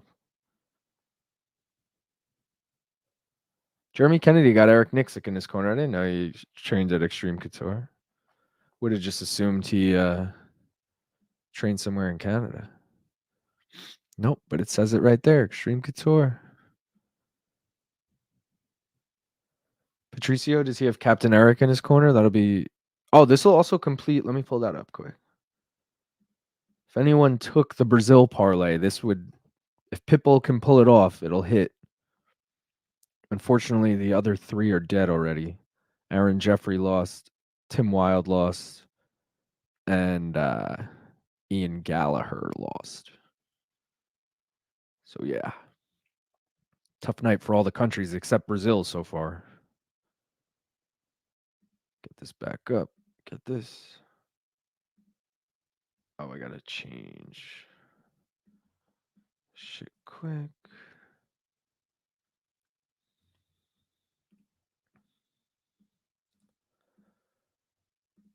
Remember when Pitbull was like, yo, I'm gonna become 3 division champ? Like, what the fuck was that shit? That's just absurd. He fought Sergio and lost, but like, dude, you fought at lightweight and then are cutting to fucking bantamweight? Like, must have not been cutting any weight at lightweight. All right, round 1 getting ready to start.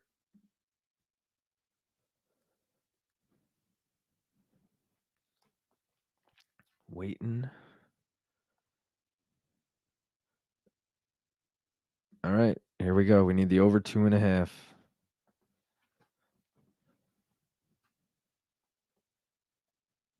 And we wait. The size advantage is apparent. Jeremy looks a lot bigger. Also a lot lankier.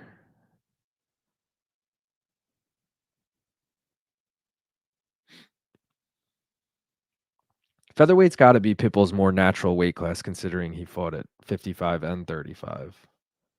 You would think he probably lands somewhere right in the middle. Nice low kick from Pitbull.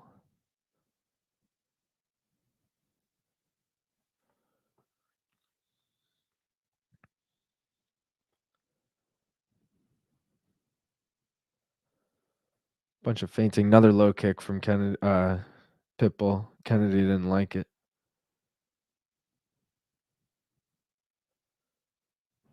Let's check these odds. Another low kick. Still a pick 'em right now. Jeremy's actually the more of a favorite. -120, -110 live odds.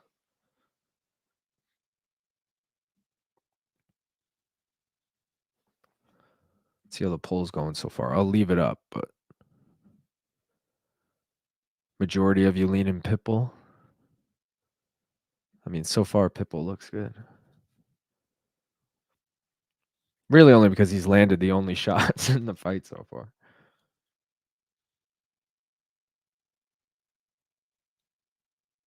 Yeah, he's a big favorite now. -150. Lands another low kick.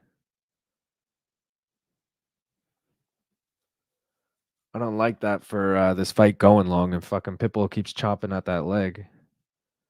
I don't know how long Jeremy Kennedy's going to last on it. He's like reacting. Oh, you could see the redness on his calf too.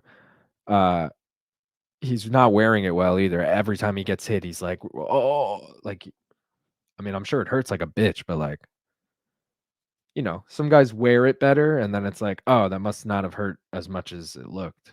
I'm sure it's half poker face, but it's also like, if you're fucking stumbling, losing your balance every time you get hit with it, it's clearly like making a toll on your leg, taking a toll. Kennedy throws his own kick to the body that landed. Captain Eric is in Patricio's corner.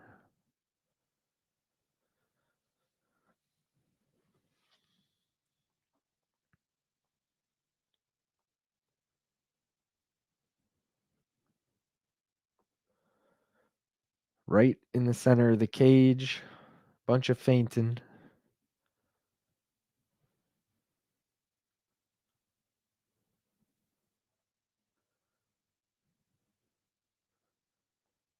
KFK from Kennedy, but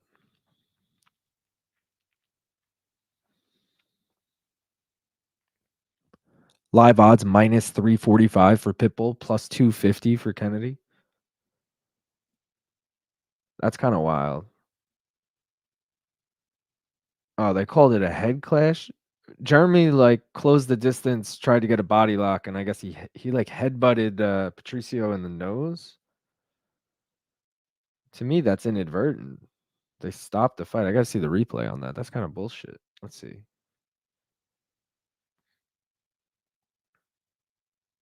What? He fucking went head first into him, right in the chest, and then lifted his head up, and Patricio was like, "Oh, my mouth." That was some bullshit. Oh, our clock's all fucked up now because they stopped it for that.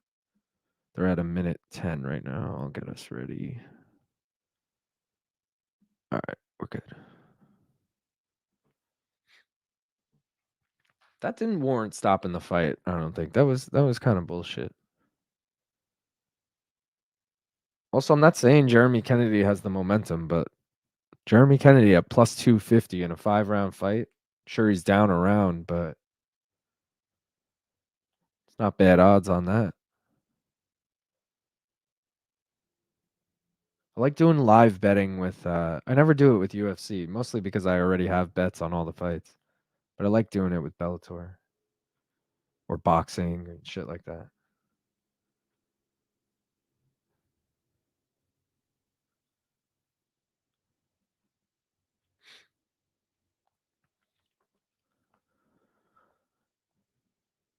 Biggest thing that happened in this round is just Patricio landing the low kicks. That's gonna win him the round, but nothing crazy. We were a little ahead of them, I guess. Round just ended. I mean, I'm tempted. I have a feeling there's a chance Jeremy Kennedy loses like round 2 as well, and then it's like, oh well, like is now the time to throw down on him? I'm not gonna, but like just saying, if there's anyone willing to take that risk, I feel like Jeremy Kennedy plus 250 right now. There's money to be made. Haney Garcia, Haney by decision. Dude, have you been keeping? Are you a big boxing guy, King J? Because the whole Ryan Garcia thing, man, I feel like Ryan Garcia might get knocked the fuck out. I don't know how. I don't think he's going to be prepared for this shit at all. And I know Haney is not the biggest KO guy, and most of his fights end by decision. But like, it's the Garcia factor that worries me there. Slamming if the odds aren't horrible. I could probably find you odds on that. Give me a second. I'll look. Let me just start this round clock first.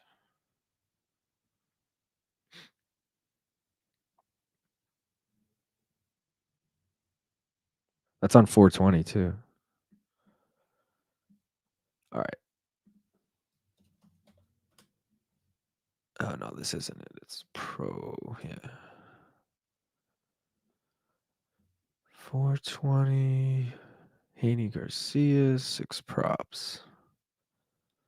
Haney by decision is minus 165 right now, King J. But Haney by KO is plus 230. And for reference, Haney by KO opened at plus 420. Shout out 420. And people have been betting on it so much that it's down to plus 230 now because I'm telling you, I think Garcia is going to get knocked the fuck out.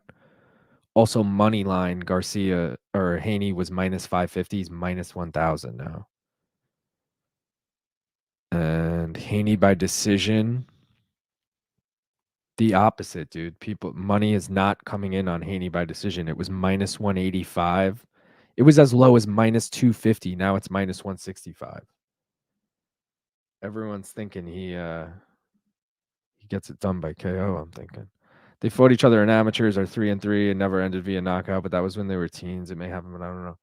Yeah, but yo, you like Ryan Garcia is not like mentally stable right now. Like I don't think he's training. He's like something is like messed up with him right now, dude. It's like sad. He's been posting all this crazy shit. He's just like I don't think he's focused. Whereas I think Devin Haney is very focused as always. And I don't know. Does this fight even happen? Because I'm still a little skeptical that something happens to Ryan between now and then. Like he does some stupid shit or he pulls out. Anything could happen. But yeah, I don't know, man. Back to this fight. See where the live odds are because I wasn't really paying attention in the beginning. Pretty much right where we left off. Plus 260 for Kennedy. It was plus 250 between rounds. So, but I do feel like Kennedy looks fresh. I mean, we need the 2.5, so we need this just to go another 5 minutes. Also, what site do you use to find the odds for that? Sportbooks don't even got the winning method available. All right, so for boxing, I use a website called proboxingodds.com. And it'll list them a lot earlier than the book. Like I can't bet on a lot of them. I can't actually make the bet yet because that book isn't even like in my country, but it'll give you the odds and it'll also show you the line movements. That's only for boxing though. There's another website I use called fightodds.io and that has all MMA bets like way ahead of time too. No problem, bro.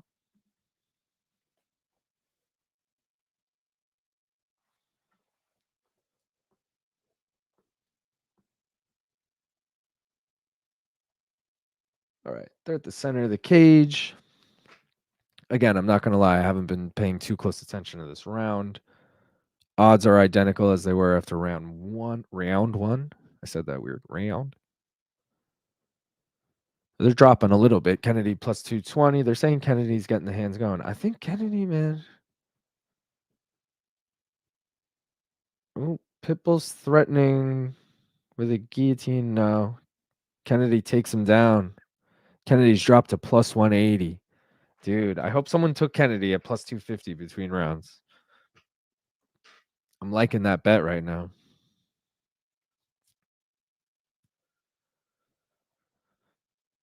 Because that takedown, I mean, Pitbull's back up.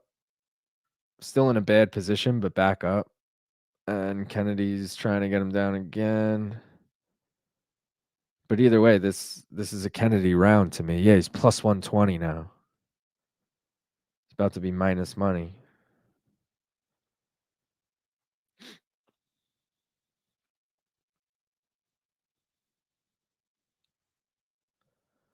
I should have taken Kennedy between rounds.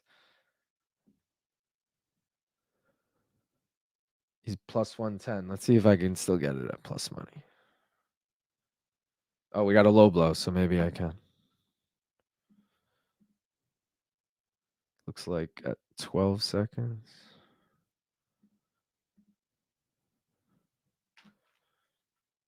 We're going to wait and see.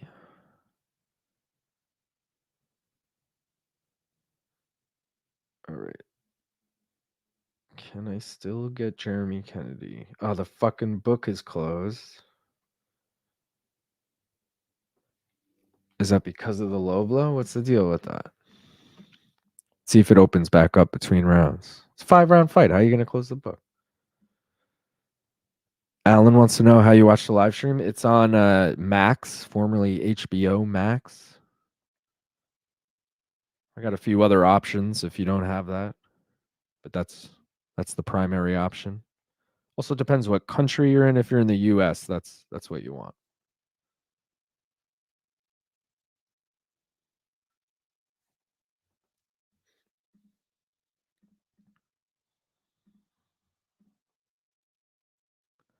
Still waiting. Pitbull's hurt. Just got kneed in the dick. I don't blame him. This card was really good pacing. Even if this shit goes 5 rounds, even if the main event goes 5 rounds, which I really doubt it will, we're gonna finish this shit in under like 2.5 hours, probably. Maybe not if they both go the distance, but still, this is the 4th fight, and we're still under 2 hours. Legit. Very legit. Majority of you in the poll had Pitbull, so this fight is very interesting. Do you think he's actually hurt here? Like, I'm not saying, obviously we all know it gets, all us men know it hurts to get fucking hit in the dick, but like, do you really think he's hurt here, or do you think he like was getting outworked in that round and was like, let me just take the 5 minutes to like rest, which is totally legal and smart, but people rarely do it.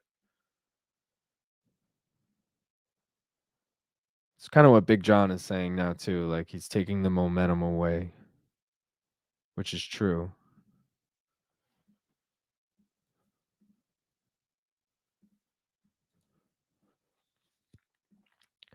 Smart move by a champion fighter, quote unquote. Oh, round just restarted. I'm on a different tab, so I didn't get the clock, but it's only 12 seconds anyway.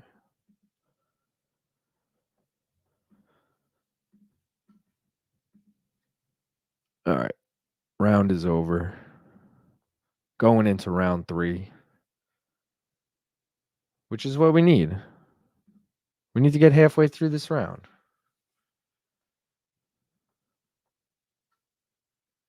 And I'd say this fight is 1-1.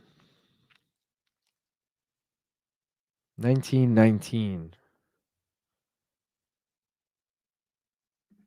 And the momentum is definitely in Jeremy Kennedy's favor. He's plus 100. If I can get that right now, I'm going to hop on that. Still there.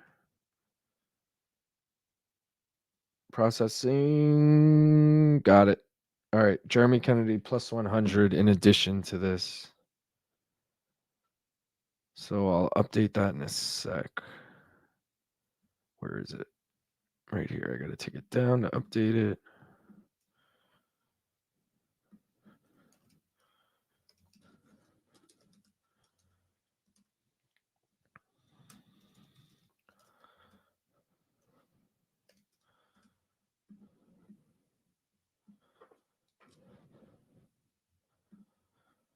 All right. So we got Kennedy money line now at plus 100, and as a parlay piece, we also have the over 2.5 rounds. Those aren't together. I know it's a weird looking thing, but I don't know how else to show you. He's actually plus 114 now. Maybe I should have waited. Maybe Pitbull's winning. Oh, I forgot to start the fucking timer.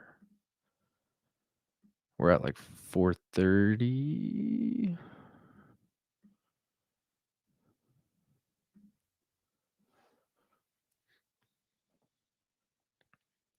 Let's hope Kennedy can get a takedown or something. Oh, God. I keep peeking at the live odds. Plus 170 for Kennedy. Plus 200 for Kennedy now. Fuck, I got him at plus 100. Lands a low kick.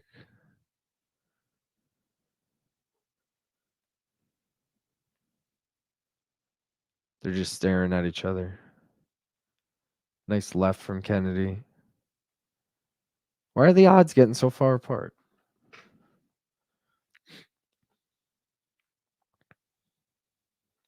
Ooh, nice low kick from Pitbull. Maybe that's why. Oh, I didn't finish this.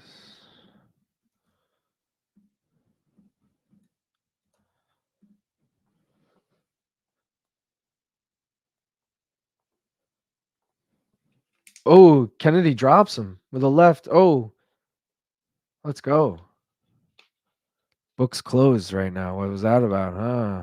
Interesting. He was plus 250 and now it's closed. Oh, shit. Pitbull's cut bad, bleeding a lot. It might be something they can. Oh, they might have to like stop the fight. I'm not saying stop the fight like it's over, but like they might have to stop the fight just to put something on that cut quick. Have the doctor look at it.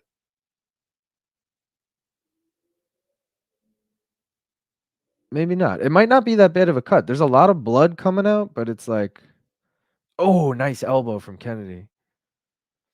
Another nice elbow.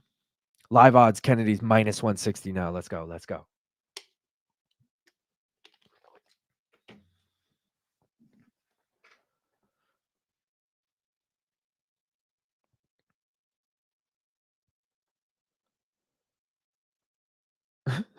Dan Hardy's like, these situations are a bit more fluid as well. Pardon the pun. Because there's a lot of blood, a lot of fluid. Oh, some more nice elbows from Kennedy, dude. Pitbull breaks away, though. They're back at the center. That cut doesn't look so bad anymore. Like, I don't understand how it was gushing immediately and then, like, now it looks okay. Like, nothing happened.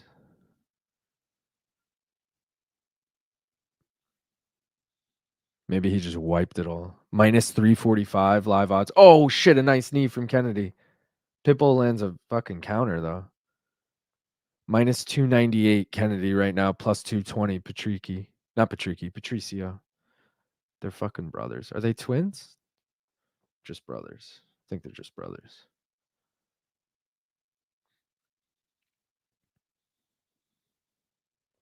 Oh, Pitbull lands a nice right. Kennedy looks rocked. Fuck, he's against the cage. Oh, we hit the over 2.5, by the way. I just realized. Some big knees, some big elbows. Fuck, dude. Kennedy's fucked here. Get out of this, bro. Oh, there's so much time left, and he's just getting rocked. Kennedy, go for a takedown, bro. He's going to get stopped here. This is it. Done. Pitbull. Wow. Jeez, Pitbull. That was fucking great comeback. He was getting fucking beaten in that round bad too. Like he was not winning that fight. He won round 1, he lost round 2, and he was definitely losing round 3. Also, I'm glad I only did the over 2.5. I'll update that lower now so you can see the parlay because that just hit. Well, the first leg of it hit. And Anderson by finish. That's plus 125. Pitbull. Pitbull Kennedy. Oh, the clock. Get rid of that shit quick.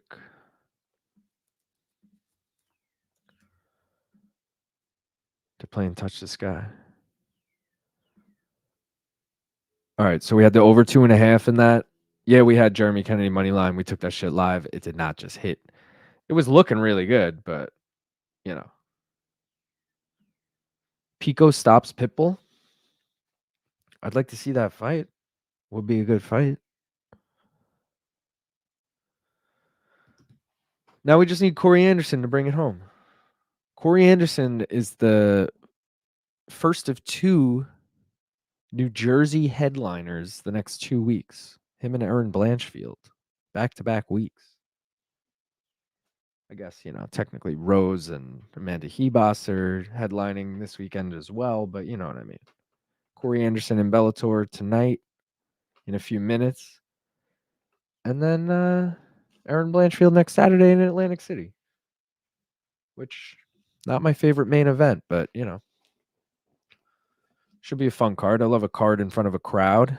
Fucking Apex. Getting sick of that shit. I don't know about you guys.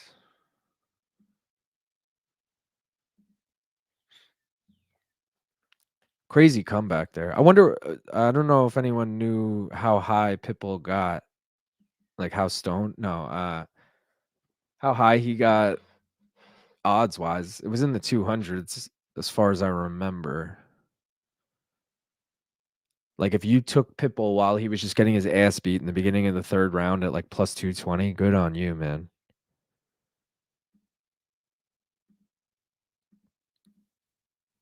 Jeremy Kennedy, I know, was as high as like plus 250. I mean, that, who cares because he lost. What were my original suggested bets? Let's go back to those. Oh, did I delete them for this? No, I got them. Pitbull by finish I had. Oh, and I had over 3. All right. So if I let you guys go ahead and do that, only Pitbull by finish would have hit.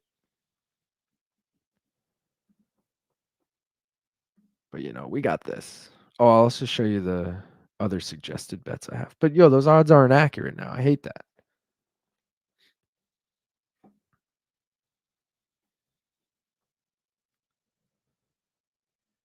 Kennedy took so many unanswered shots at the end there.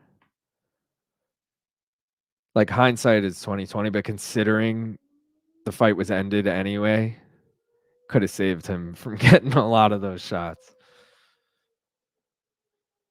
It's one thing if, like, the round ended and he survived, and it's like, all right, he took a lot of shots, but, like, the fight's still going. Like, I don't know. Can you guys hear that siren in the background? There's a loud ass siren, but I'm curious with this microphone if it picks it up. Hopefully not, but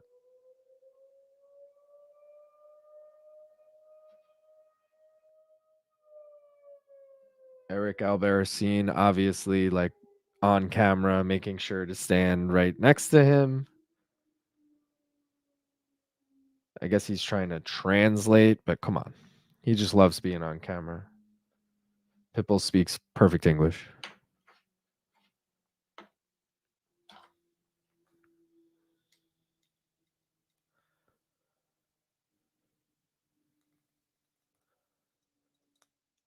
Only Jesus Christ could tell you what happened to him this week. That's what he just said. Pitbull.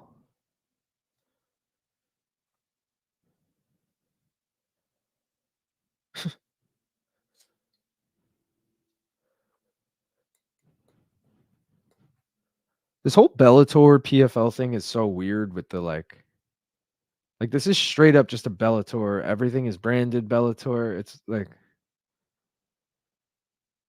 I don't know. Why don't they just call themselves one thing? It's weird. Even this, it's like, is it Bellator 302 or is it Bellator Champions Series Belfast? Because, like, Bellator 302 sounds so much better. I think it's technically Champions Series Belfast, but, like, we all know what it is. Also, the UFC's pay-per-view is almost caught up to Bellator. Bellator 302 is 302 total events. That includes fight nights and pay-per-views, where the UFC numbers are only for pay-per-views. But I think there's been a few that weren't pay-per-views, actually numbered events, but still very rare.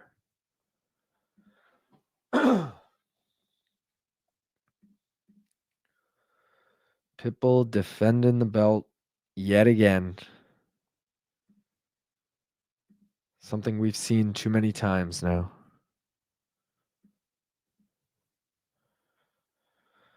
Oh, let me update. Oh, let me also. Oh, the Brazil parlay hit. Congrats. Did anyone take it? If you had fucking Sousa, Higo, and Pitbull plus 549, great odds on that. Would have been a sick bet. These odds now for fucking Corey and Karl. Corey overtime, Beaston 25-8. Anderson. Hands down, worst nickname in MMA.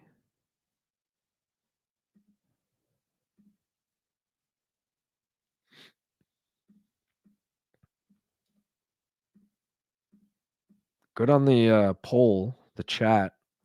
Pretty sure you guys, majority of you had Pitbull. Let's look. Yeah, 18 votes, 72% had Pitbull, 28% had Kennedy. So nice job there. Let's see who you got. Let's make this one a little different.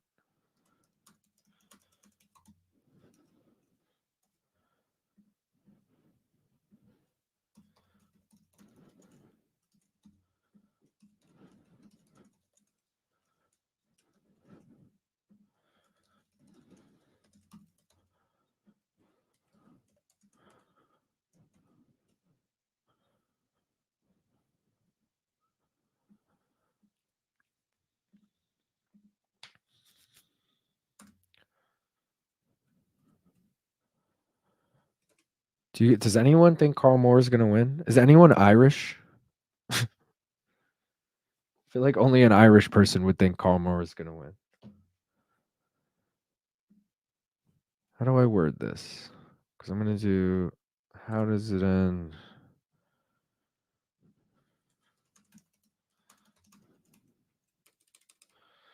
Who wins and how?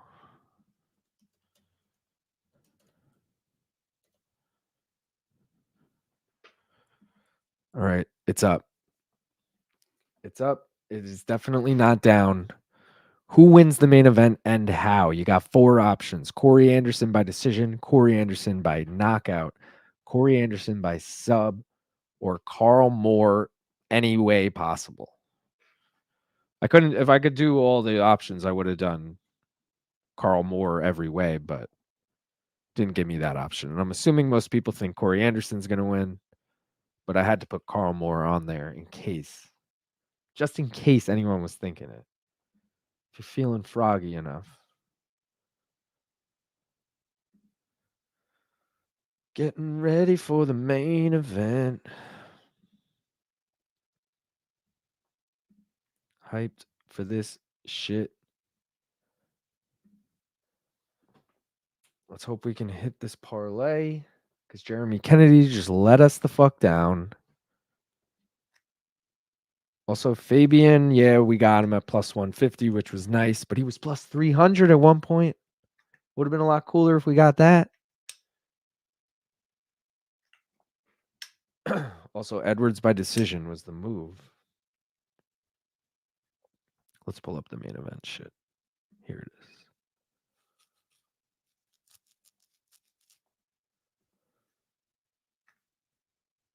Corey Anderson is a giant human being.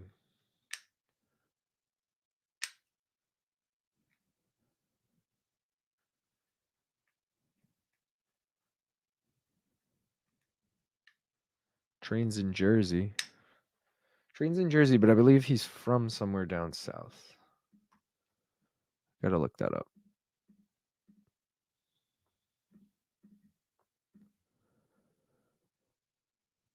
Yeah, he's from like Illinois. I don't know if it's Chicago area, but anytime I see Illinois, I just assume Chicago. Probably not accurate whatsoever, but you know, who cares? I'm gonna say it.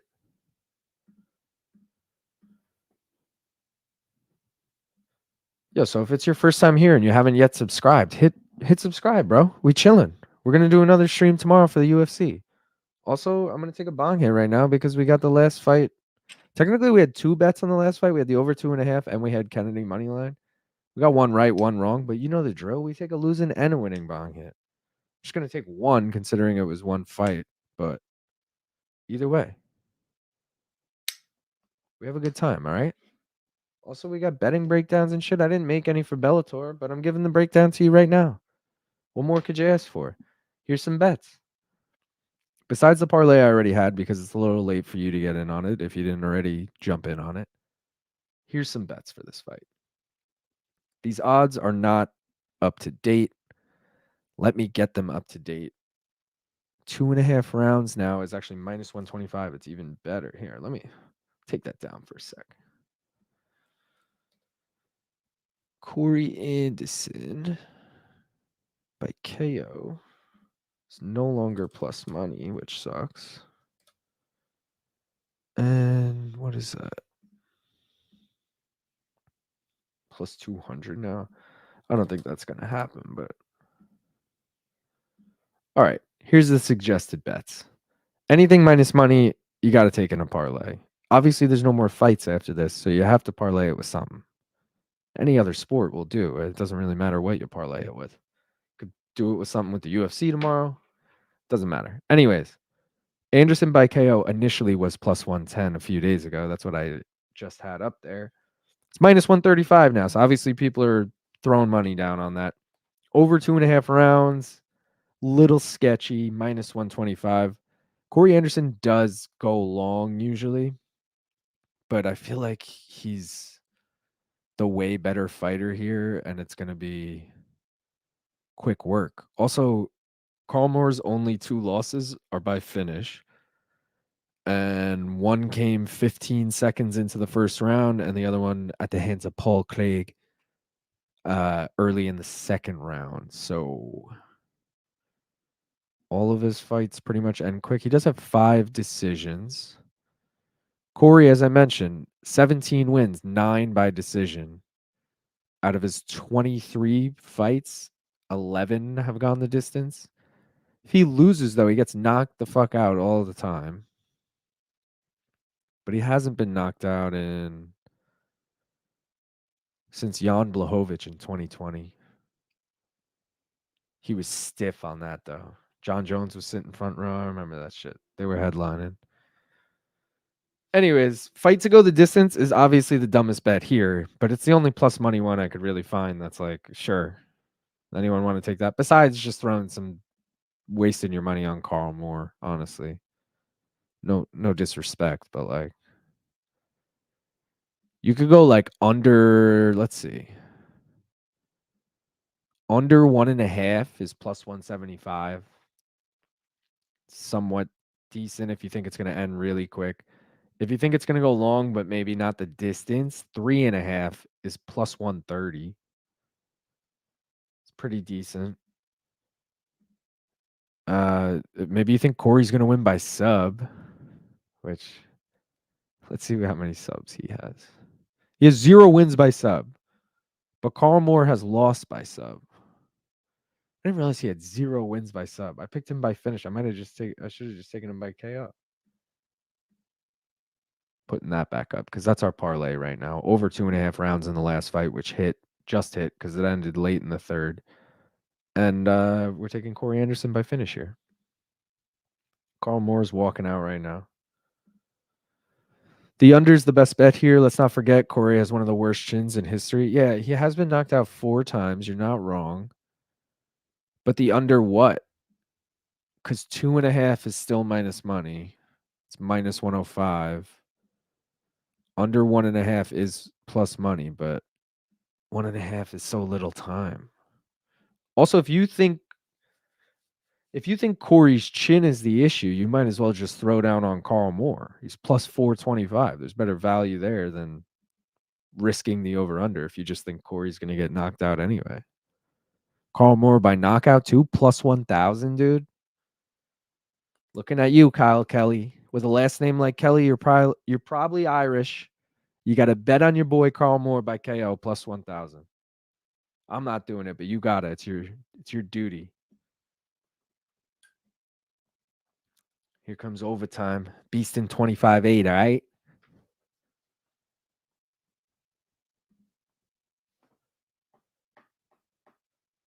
Corey's a black belt with 0 wins by sub. We had that conversation earlier about how all black belts are different. Maybe he's just never had the chance to really show it off. But that's such an interesting stat. 0 wins by sub. Frankie Edgar in his corner. Mark Henry. As I mentioned, he trains in New Jersey. With those two, obviously. Tom's River. Caitlin Chukagian trains there as well. Eddie Alvarez. Zabit. I don't know if Zabit's still training, but he used to train there. Tail of the tape. Corey Anderson's 34. Karl Moore, 32. Corey Anderson, 1 inch taller, and he has a 4-inch reach advantage. Taking the bong hit for the Jeremy Kennedy fight.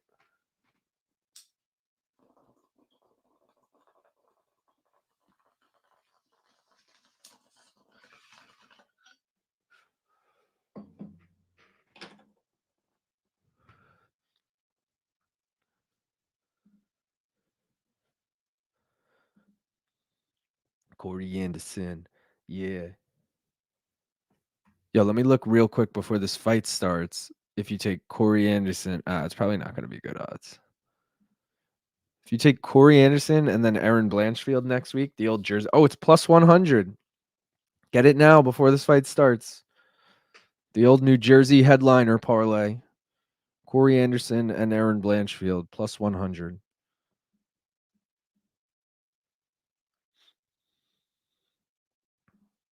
Main event time. Let me get the Loa up. Get the clock.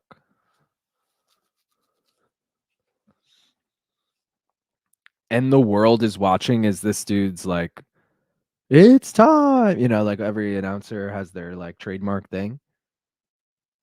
It's probably one of the worst. Oh, this guy's SBG too, Karl Moore. I see John Kavanaugh in his corner. I guess if you train in Ireland, you probably train at SBG. Yeah, it says it right there.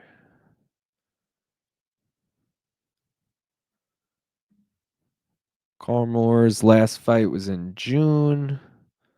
Oh, they both fought on the same card. Bellator 297. So obviously both of their last fights were in June. Oh, everyone booing Corey.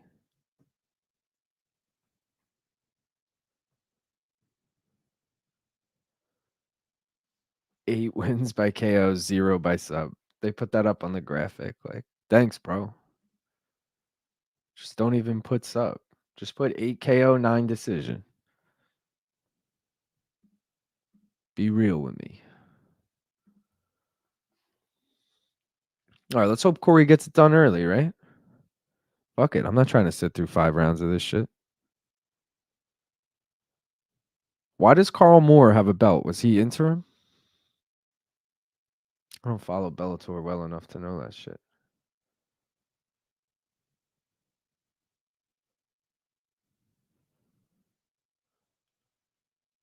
Getting the old ole ole.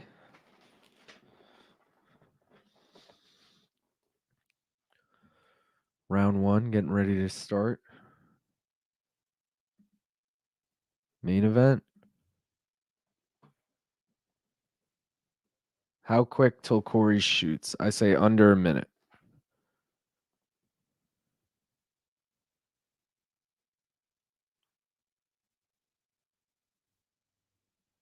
One, two from Corey.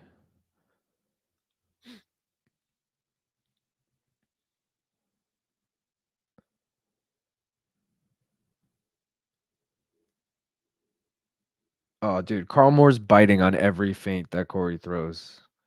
If he plays this right, he could fucking knock this dude out. He's backing him down against the cage. Oh, Corey's landing some shots. This one ain't gonna go long. I'm feeling it.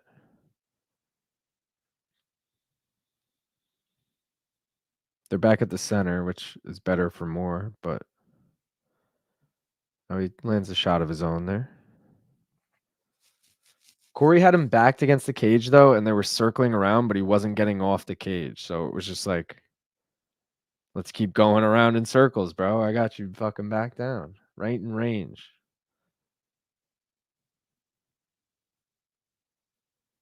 I was wrong on the first shot, over under 1 minute. He's faked it a few times. Oh, and as I say that, he's got the body lock. Moore landed a shot as he came in, but wasn't really a shot, but he just like backed him to the cage and then attempted the body lock. They're separated now, though. Back at the center. Oh, Karl Moore buckled Corey's knees. Oh, he lands a head kick. Oh shit, dude. Karl Moore might finish him. Throws another head kick. Corey catches the leg though. Now he's in on a single. He needs this because he was rocked. Oh, let's go of it. Or Moore gets out of it.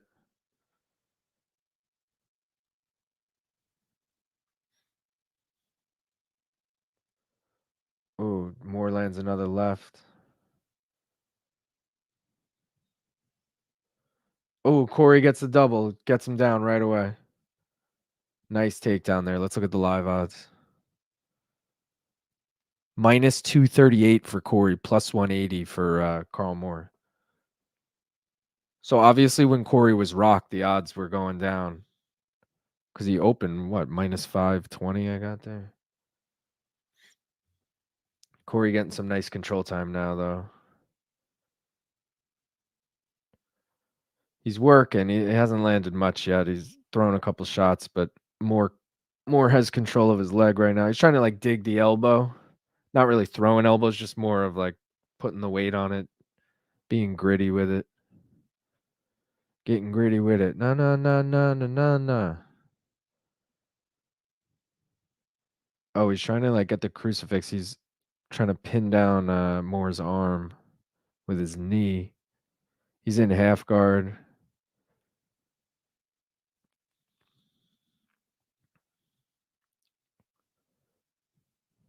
Corey definitely winning back this round. Live odds now minus 620 for Corey, plus 400 for Karl Moore. So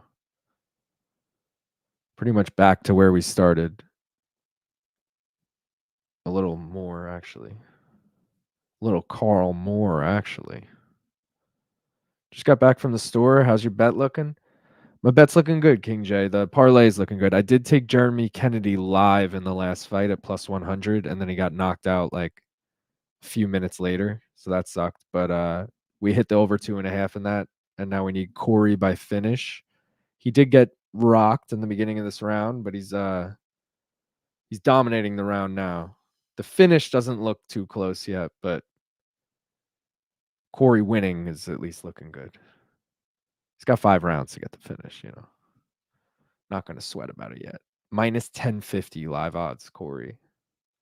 Plus 600 for Karl Moore.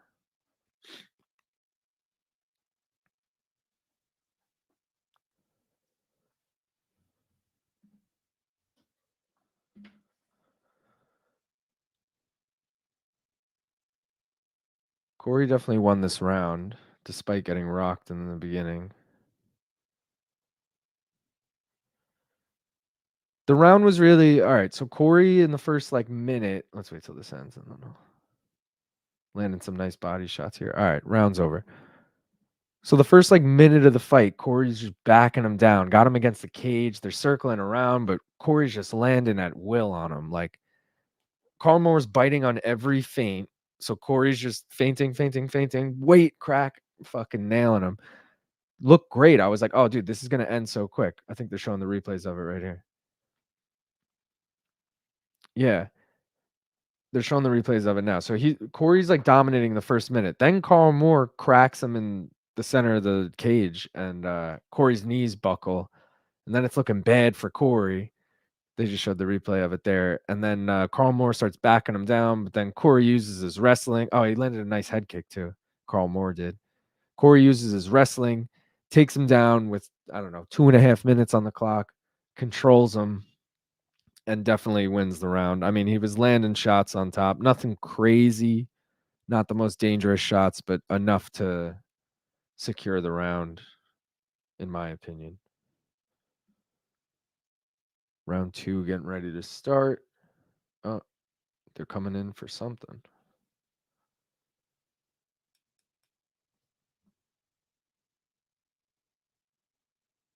That was weird. The guys came in the cage and then just left. They didn't do anything. Like the maintenance guys. I don't know what the fuck that was. All right, round 2 though. 10-9 Anderson, in my opinion, right now. We need the finish, so who cares what the score is, but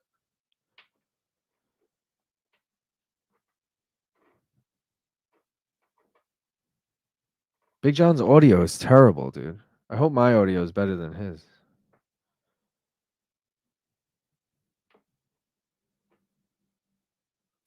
Corey's in on a single. Gets it. And they're in more of the center of the octagon now. This is good. I'd like to see Corey get his first career submission. That would be cool, but oh, Karl Moore actually gets up though. Oh, Corey's in on one of those oh, he almost had a cradle. Back in on a single. Lets go of it. Tries to go in on a double. Oh, now it's single. Got the hands locked. Karl's holding on to the neck. But let's go of it. Corey's out.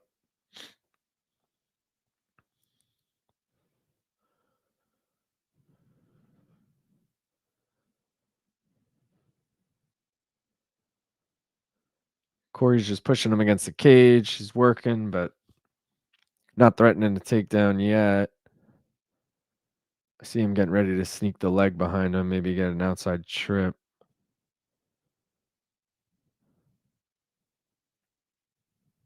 Just weighing on him right now. They were saying he probably used a shitload of energy trying to get that, which they're probably right. We're in round 2, bro. Read the thing on the bottom. Come on.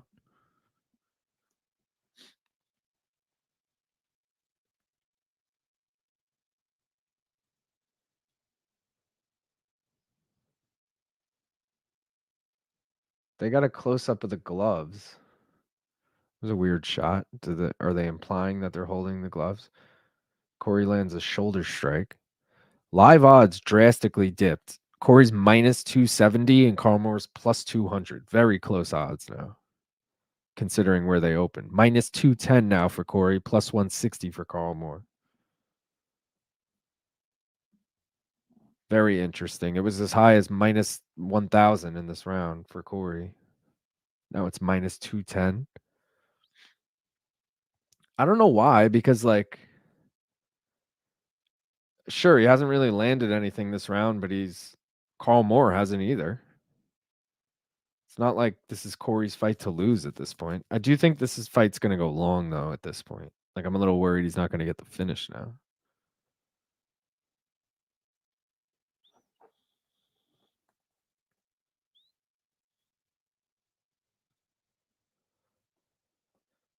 Corey's got the body lock, but can't get the takedown.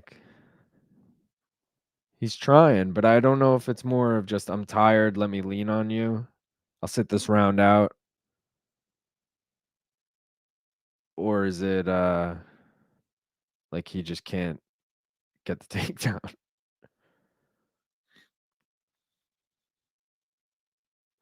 Because Karl Moore is technically working, like stats wise, I feel like Karl Moore has probably landed more strikes. Oh, the ref actually just broke him up.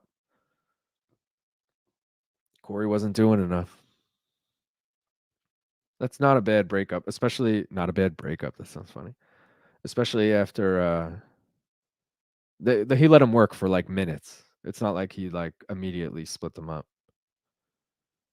I don't know if he ever even warned Corey though.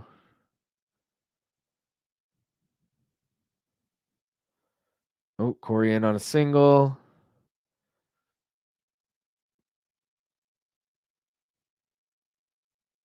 Doesn't have it anymore though. Oh.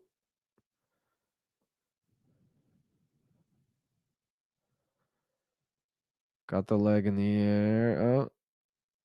Karl Moore doing a good job of defending. Live odds still minus 210. Corey plus 160. Karl Moore.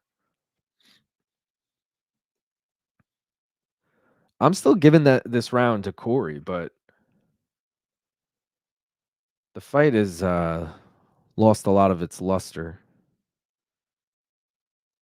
Sure, we still got 3 rounds for Anderson to get the finish, but I'm not loving. If anything, despite getting dominated, I mean, dominated isn't even the right word, but despite getting neutralized, I guess I'll say, Karl Moore definitely looks like the fresher fighter. So, like,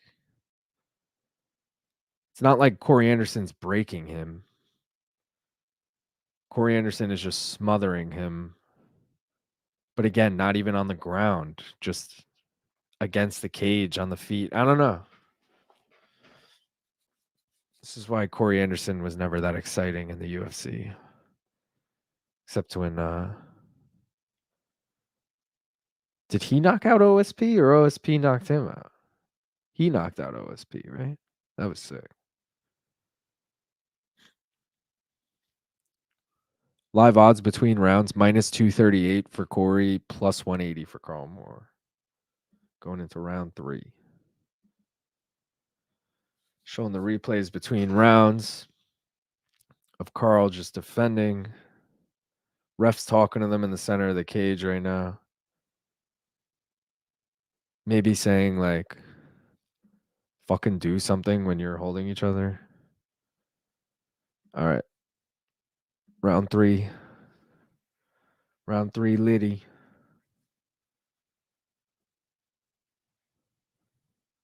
Over 2.5 is it was minus money, but that's looking good. Oh, dude, Moore throws a high kick and Corey catches it and just takes him down. We're fucking 4 minutes 40 seconds. He's got him on the ground now. Not necessarily in the center of the octagon, but not against the cage either. Plenty of room to work.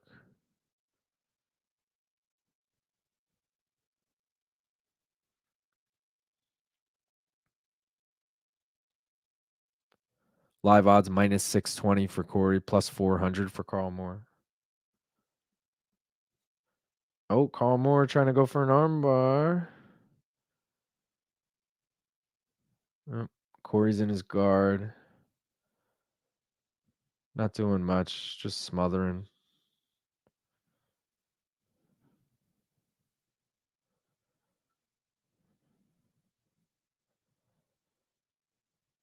They're dragging against the cage now. Against the fence. Cage, same shit, yeah. I think Karl's going to try and use it to get up. He's in that high guard. He needs to like use his legs to try and kick off of Corey and then use the fence to get up, but easier said than done. Corey's doing a good job too at keeping his weight up top on Moore's body. Oh, Moore goes for the armbar. Oh my God, he's got it. He's got Corey in the armbar. Holy shit. Oh, Corey gets out of it. Wow, that was sick.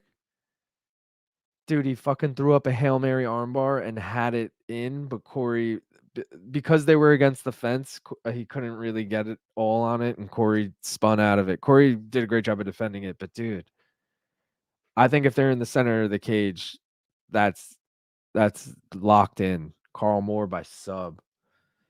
I don't even know what that was to start. Odds aren't up for it now, but that's crazy. I got to see the replay of that shit.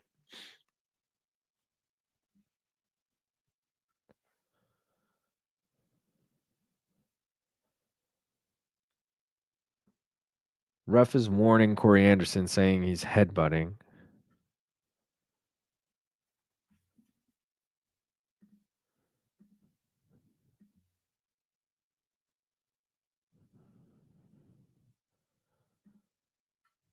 I don't know how accurate the clock is now because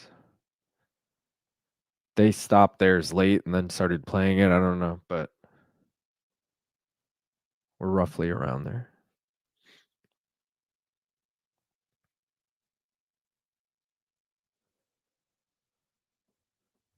I mean, minus that submission attempt from Moore. Pretty much just been a dominant round from Corey. But no, like,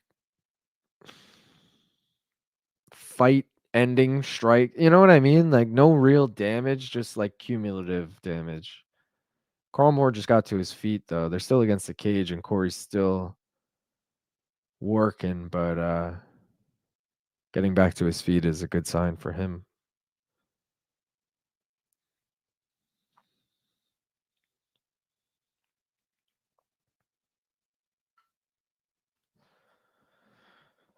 I'm not feeling good about this Corey Anderson finish, but the 2.5 hit, so that's cool.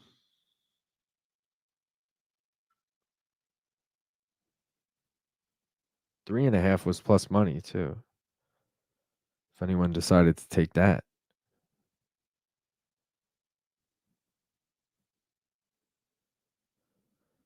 Live odds minus 270 for Corey, plus 200 for Karl Moore. I don't know why they're still so close. There's still 45 seconds in this round, but it's like Corey's going to be up 3 rounds to none. Like, why are the odds that close? Who's winning, Ken? It's definitely fucking Corey. I'd say 3 rounds to none. He did get rocked in the first round, but he also rocked Karl Moore and then got a takedown and a bunch of ground control time in round 1. Round 2, he just worked against the cage. Nothing crazy, but also like Karl Moore didn't do anything either. They're standing up and fucking trading right now. Shit's actually pretty exciting. And Karl Moore tries to shoot in, and Corey's got the neck. Oh, let's go of it. Goes in on a double, but the round's going to end. And it does. All right, we're going to round 4. But yeah, I would say it's I don't know. There's a round you could possibly give 1 round to Karl Moore, 2 or 3. But I would say Corey's up at least 2-0 or 2-1, maybe even 3-0. We're going into round number 4. Didn't think we would make it this far. Live odds between rounds, though, minus 195 for Corey, plus 150 for Karl Moore. That's kind of wild. Very close odds.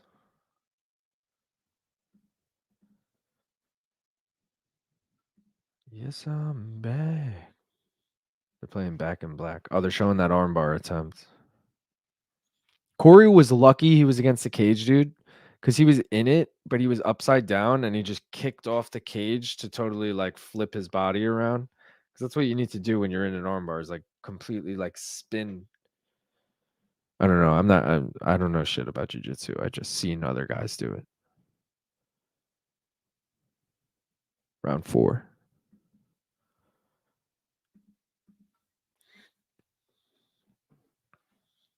I wish they showed tweets like the UFC does. I'm curious like what other people are scoring it. What about the chat? How does everyone else have it? 2-1 Corey, 3-0 Corey, something else? Let's also see what you guys voted for the thing. Ooh, someone put Karl Moore in the poll. Interesting.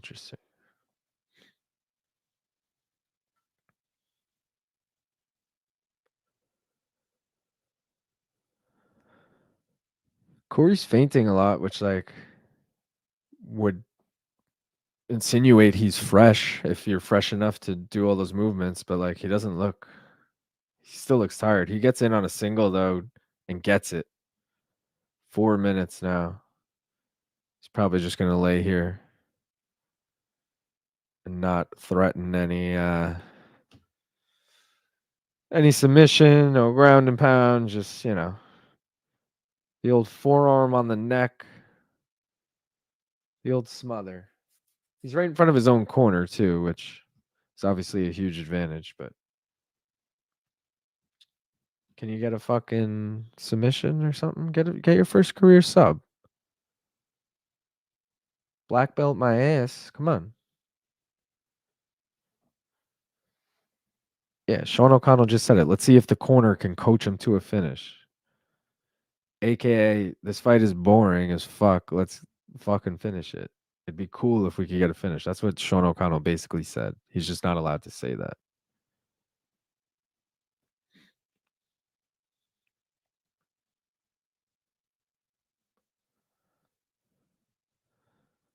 Live odds minus 425 for Corey, plus 300 for Moore.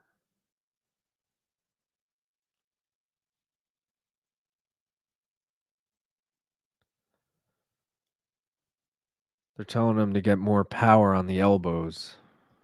You think? It's like, oh, you haven't knocked him out yet. Get more power on that. Karl Moore gets to his feet, though. Live odds have dropped now. Plus 220, Karl Moore. Minus 298, Corey Anderson.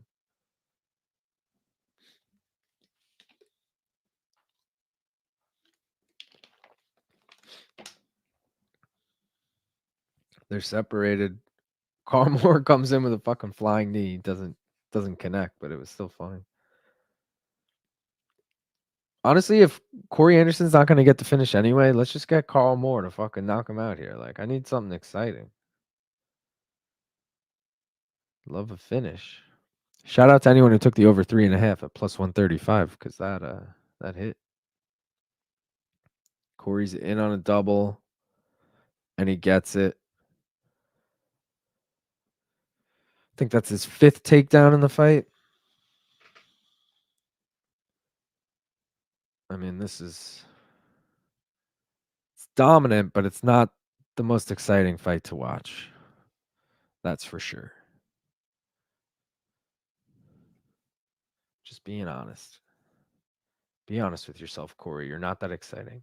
John Kavanaugh is laughing, sitting in the. That's going to be a meme, dude. He's literally sitting in the corner laughing while his fighter gets dominated. Maybe Corey said something to him and he laughed at it. I don't know.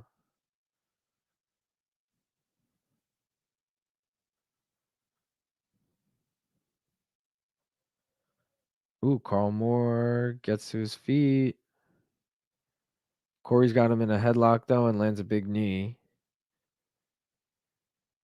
Onto a single leg.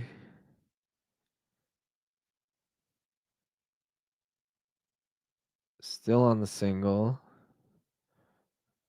Holding position, but not like threatening. All right, hands are separated. She's holding Moore against the cage now.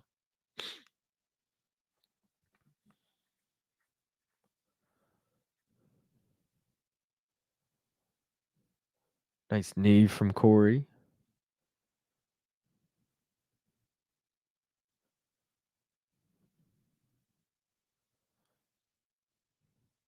The ref just said, "Are you sure?" to Karl Moore. I don't know what that was. Oh, maybe it was about a low blow. And he said it didn't hit. He said, "Are you sure?" All right, guys, we're going to the 5th round. I mean, fuck. Corey Anderson is not going to get this finish. It's obvious. It's obvious that Corey Anderson's going to blow it for us by winning. By winning a decision, though. What was Corey by decision? I might still be able to find it. Can I find it? Yes, I can. Corey by decision. Plus 240. I hope someone bet that. Also, the over 4.5 is plus 155. Might have been even better than that because the 3.5 was 35.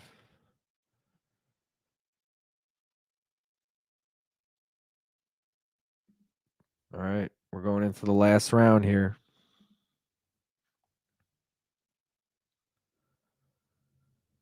Get ready.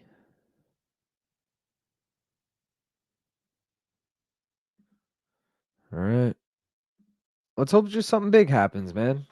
If we're going to lose this bet anyway, I'd rather Karl Moore fucking knocks him out than Corey wins by decision. Just for the excitement, especially with the crowd. Or if Corey can get a fucking fantastic finish, that would actually be best case scenario, but oh, he actually rocked him. So, but then he goes in on a single. Fuck, man. Corey rocked Karl Moore, but then went in on a single. Like, you're letting him rest now. He's bleeding, though. He's cut at the eye. Corey, you got to let him stand, brother. I know Corey's a wrestler and he wants to take it to the ground, but, like, that's just bad fight IQ, dude. You had the dude rocked on the feet and you take it down. He's in his guard. He's trying to land shots, but, like, it's always just, like, cumulative for him. It's like, oh, I'll get these little shots. It's never like, let me finish this shit and land big shots. Like, I almost rather Karl Moore fucking gets up here so we can hope that Corey can knock him out. He gets to his feet. Can he separate, though? Corey's still in. I need him to get out of this for our sake. Live odds minus 1150 for Corey, plus 650 for Moore.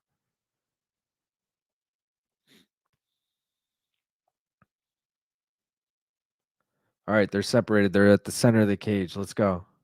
Let's go, Corey. Corey needs one shot to knock him out because if he lands one shot to rock him, he's just going to go in for a fucking takedown. But if he knocks him out with the initial one shot, it's the only way we're going to get the fucking finish here from Corey. Ooh, Karl Moore throws the head kick, and it was so telegraphed, and it still fucking landed. Corey fucking in on a double. That was probably his best takedown. That was nice, but not what we want, obviously. It's bad when you have a fighter by finish and you're like, oh, they got the takedown. They're dominating this fight. Bomber. Like, most fighters in that position would be able to get the finish. Corey Anderson's just like, nah. I'm trying to get my 10th decision win. That would be cool. Like, come on, Corey. Looks like he just intentionally threw a headbutt there. Maybe they didn't connect, but he like lifted his head and fucking came in with it.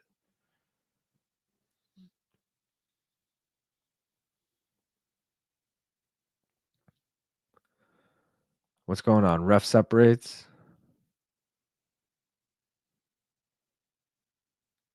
Are they going to take a point away? What are we doing?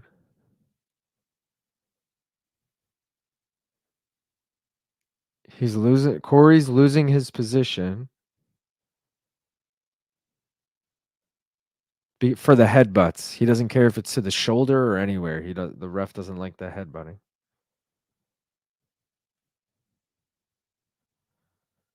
I didn't know you could do that, yo. He didn't take a point, but he stood them up and was like, "I'm taking your position." It wasn't like I'm standing you up for lack of activity. It was like I'm standing you up as a penalty. Like, that's weird. I don't think I've ever seen that. They're standing and trading, but it's only a matter of time before Corey fucking grabs a leg. Yep, and as I say that, he's in on a single leg. Live odds minus 20,000 for Corey, plus 3,000 for Karl. Only a minute left. Damn, why is my... Oh, because they stopped the fucking fight. My clock's all fucked up. Hold on. All right, now it's accurate.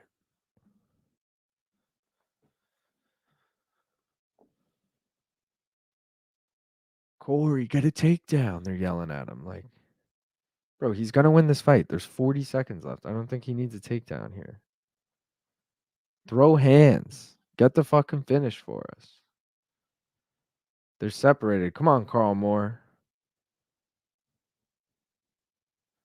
Oh, he landed a knee, but Corey in on the fucking leg, though. Just ate it. Gets the takedown. Karl gets to a knee. They just did the 10-second clapper at like 14 seconds. It was way too early. Oh, the clock was wrong. The fucking production had the wrong clock up because the bell just went 4 seconds early. So the clapper was correct. All right, well, Corey Anderson fucking ruined that. Thanks a lot, Corey. Good thing I didn't give you guys those bets. I mean, technically, I gave them to you. They were public given. Let's see what hit here. So Anderson by KO obviously did not hit. Over 2.5 hit. And fight goes the distance, which I said was probably the worst of them all, actually hit. I don't know if anyone took those, but if you did, good for you. Great job. Let's just recap what we got here. Oh, well, we got to wait for the scoring and shit too. Find out, what actually happened here. I'm thinking 50-45, Corey, maybe 49-46. But it should be 3 50-45s, I think. Dominant. Not exciting, but dominant. To some people, being dominant is exciting. Anderson by decision actually had the most votes, which I don't know if you guys just did that now, but either way. Good job if you did. If you didn't, I mean.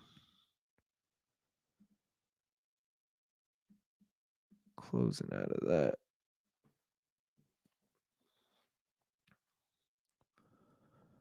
Hype for tomorrow.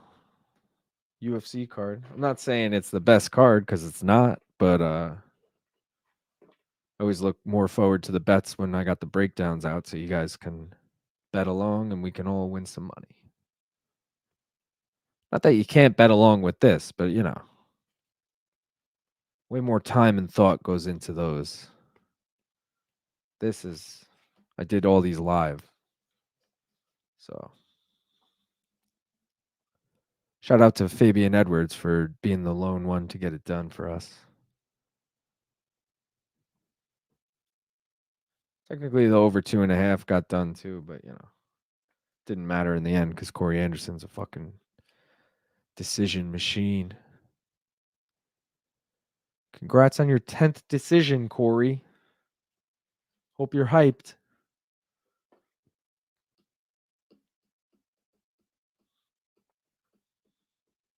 In the end, the main card took 3 hours, which is pretty long, but I felt like the pacing wasn't that bad. I was a little worried about that going into it. Here we're getting the decision now.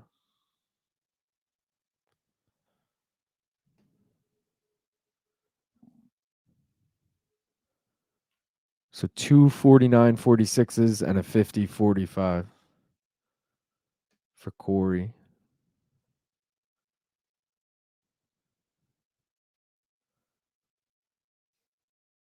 Corey overtime Anderson. Is there any cool fucking light heavyweights in PFL or something? Can we get a good matchup here? What do we got?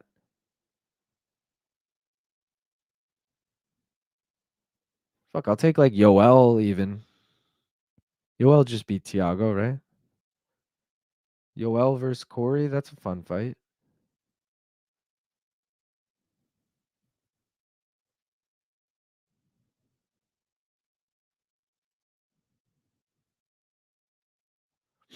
All right.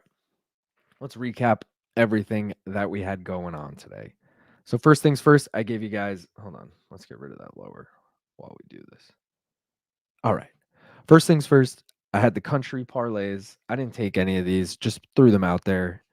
If you did take these, Brazil hit. So fucking good on you if you took the Brazil parlay, plus 549. The Canada parlay was a dud. Both of them lost. The England parlay, Tim Wilde got knocked the fuck out. So that was a loss. And the Irish parlay, they both lost. I mean, that was the highest odds. That one really had no chance from the start. But let's recap the fights quick. First fight of the night, we had Tim Wilde versus Manoel, I think his name was. Manoel? I can't, how do you say that? Manoel? Maybe I'm trying too hard. Either way, Sousa, he knocked Tim Wilde the fuck out, dude, and like spun him around. It was a pretty sick knockout. If you guys haven't seen that, go back and watch it. It was late in round one. That was sick. Next up, we had, where's the graphic? Right here. Ian Gallagher versus Leandro Higo. Higo was rocking him a couple times in this fight. Looked like it might end early. Gallagher threatened a few times with his fucking heel hook. Never really had it. The round ended. It was late, I think, in round one. Overall, just kind of a dominant decision for Higo. So that was cool. We had no bets on any of those. I should have thrown these out as we were going. I put suggested bets for every fight. So in this one, Sousa by finish ended up hitting at plus 185. So that was the one bet. 1 of 3 on that. If we go to Gallagher, Higo gave out these. Fight goes the distance ended up being the only one that hit, and that was minus money, just parlay piece minus 135. Then next we had Fabian Edwards taking on Aaron. Aaron Jeffery. And initially I gave out just, where are they? Do I not have these ones? I might have deleted these ones. I gave out a few on this one. It was like Edwards by decision, Jeffery money line, and over 2.5 or something. Or Edwards by finish. Those were the 3. And Edwards by decision obviously hit. That was plus 145 pre-fight, but we ended up taking Fabian Edwards after round 1 at plus 150, and that ended up cashing. So that was our one win of the night. So thank you, Fabian, for that. Besides the suggested wins, whatever, if you want to call it that. Co-main, we had Pitbull taking on Jeremy Kennedy. The suggested bets were Pitbull by finish, Kennedy by decision, or over 3.5. Again, one of them hit, ended up being Pitbull by finish. He looked really good in round 1. He looked like shit in round 2. He was losing the beginning of round 3, and then he caught Jeremy Kennedy and then laid it on him for the next 30 seconds, and they called it, rightfully so. We did throw a live bet after round 2, I believe, on Jeremy Kennedy at plus 100, and it was looking good, especially he was dominating round 3 to start after placing the bet, but ended up getting caught. That one was a bummer. And then just now in the main event, we had Corey Anderson taking on Karl Moore, and the suggested bets were Anderson by KO, over 2.5, and fight goes the distance. So this was the lone one where 2 of them actually hit, over 2.5, and fight goes the distance. Anderson obviously could not get it done by KO.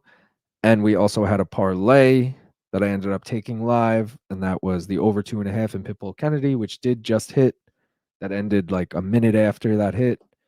And we had Anderson by finish, which he had 5 fucking dominant rounds to get it done, but never really looked like he was ever going to finish the fight. So kind of a bummer there, but we're going to be back tomorrow, because we got UFC Vegas 89. Hope you guys are hyped for it. Again, not the best card. It's an Apex card, but it's going to be fun, man. As always. We'll have a bunch of bets. They're already on the channel. Go check them out. There's the 60-second breakdown. There's the 10-minute breakdown. Like the video if you haven't already. There's a bunch of you watching. Come on, hit it. Also, subscribe if you haven't already. I'm sure you have, but just do it if you haven't, all right? We'll be back tomorrow night. talk to all y'all then. Hope everyone has a good night. I'm out. Peace, guys.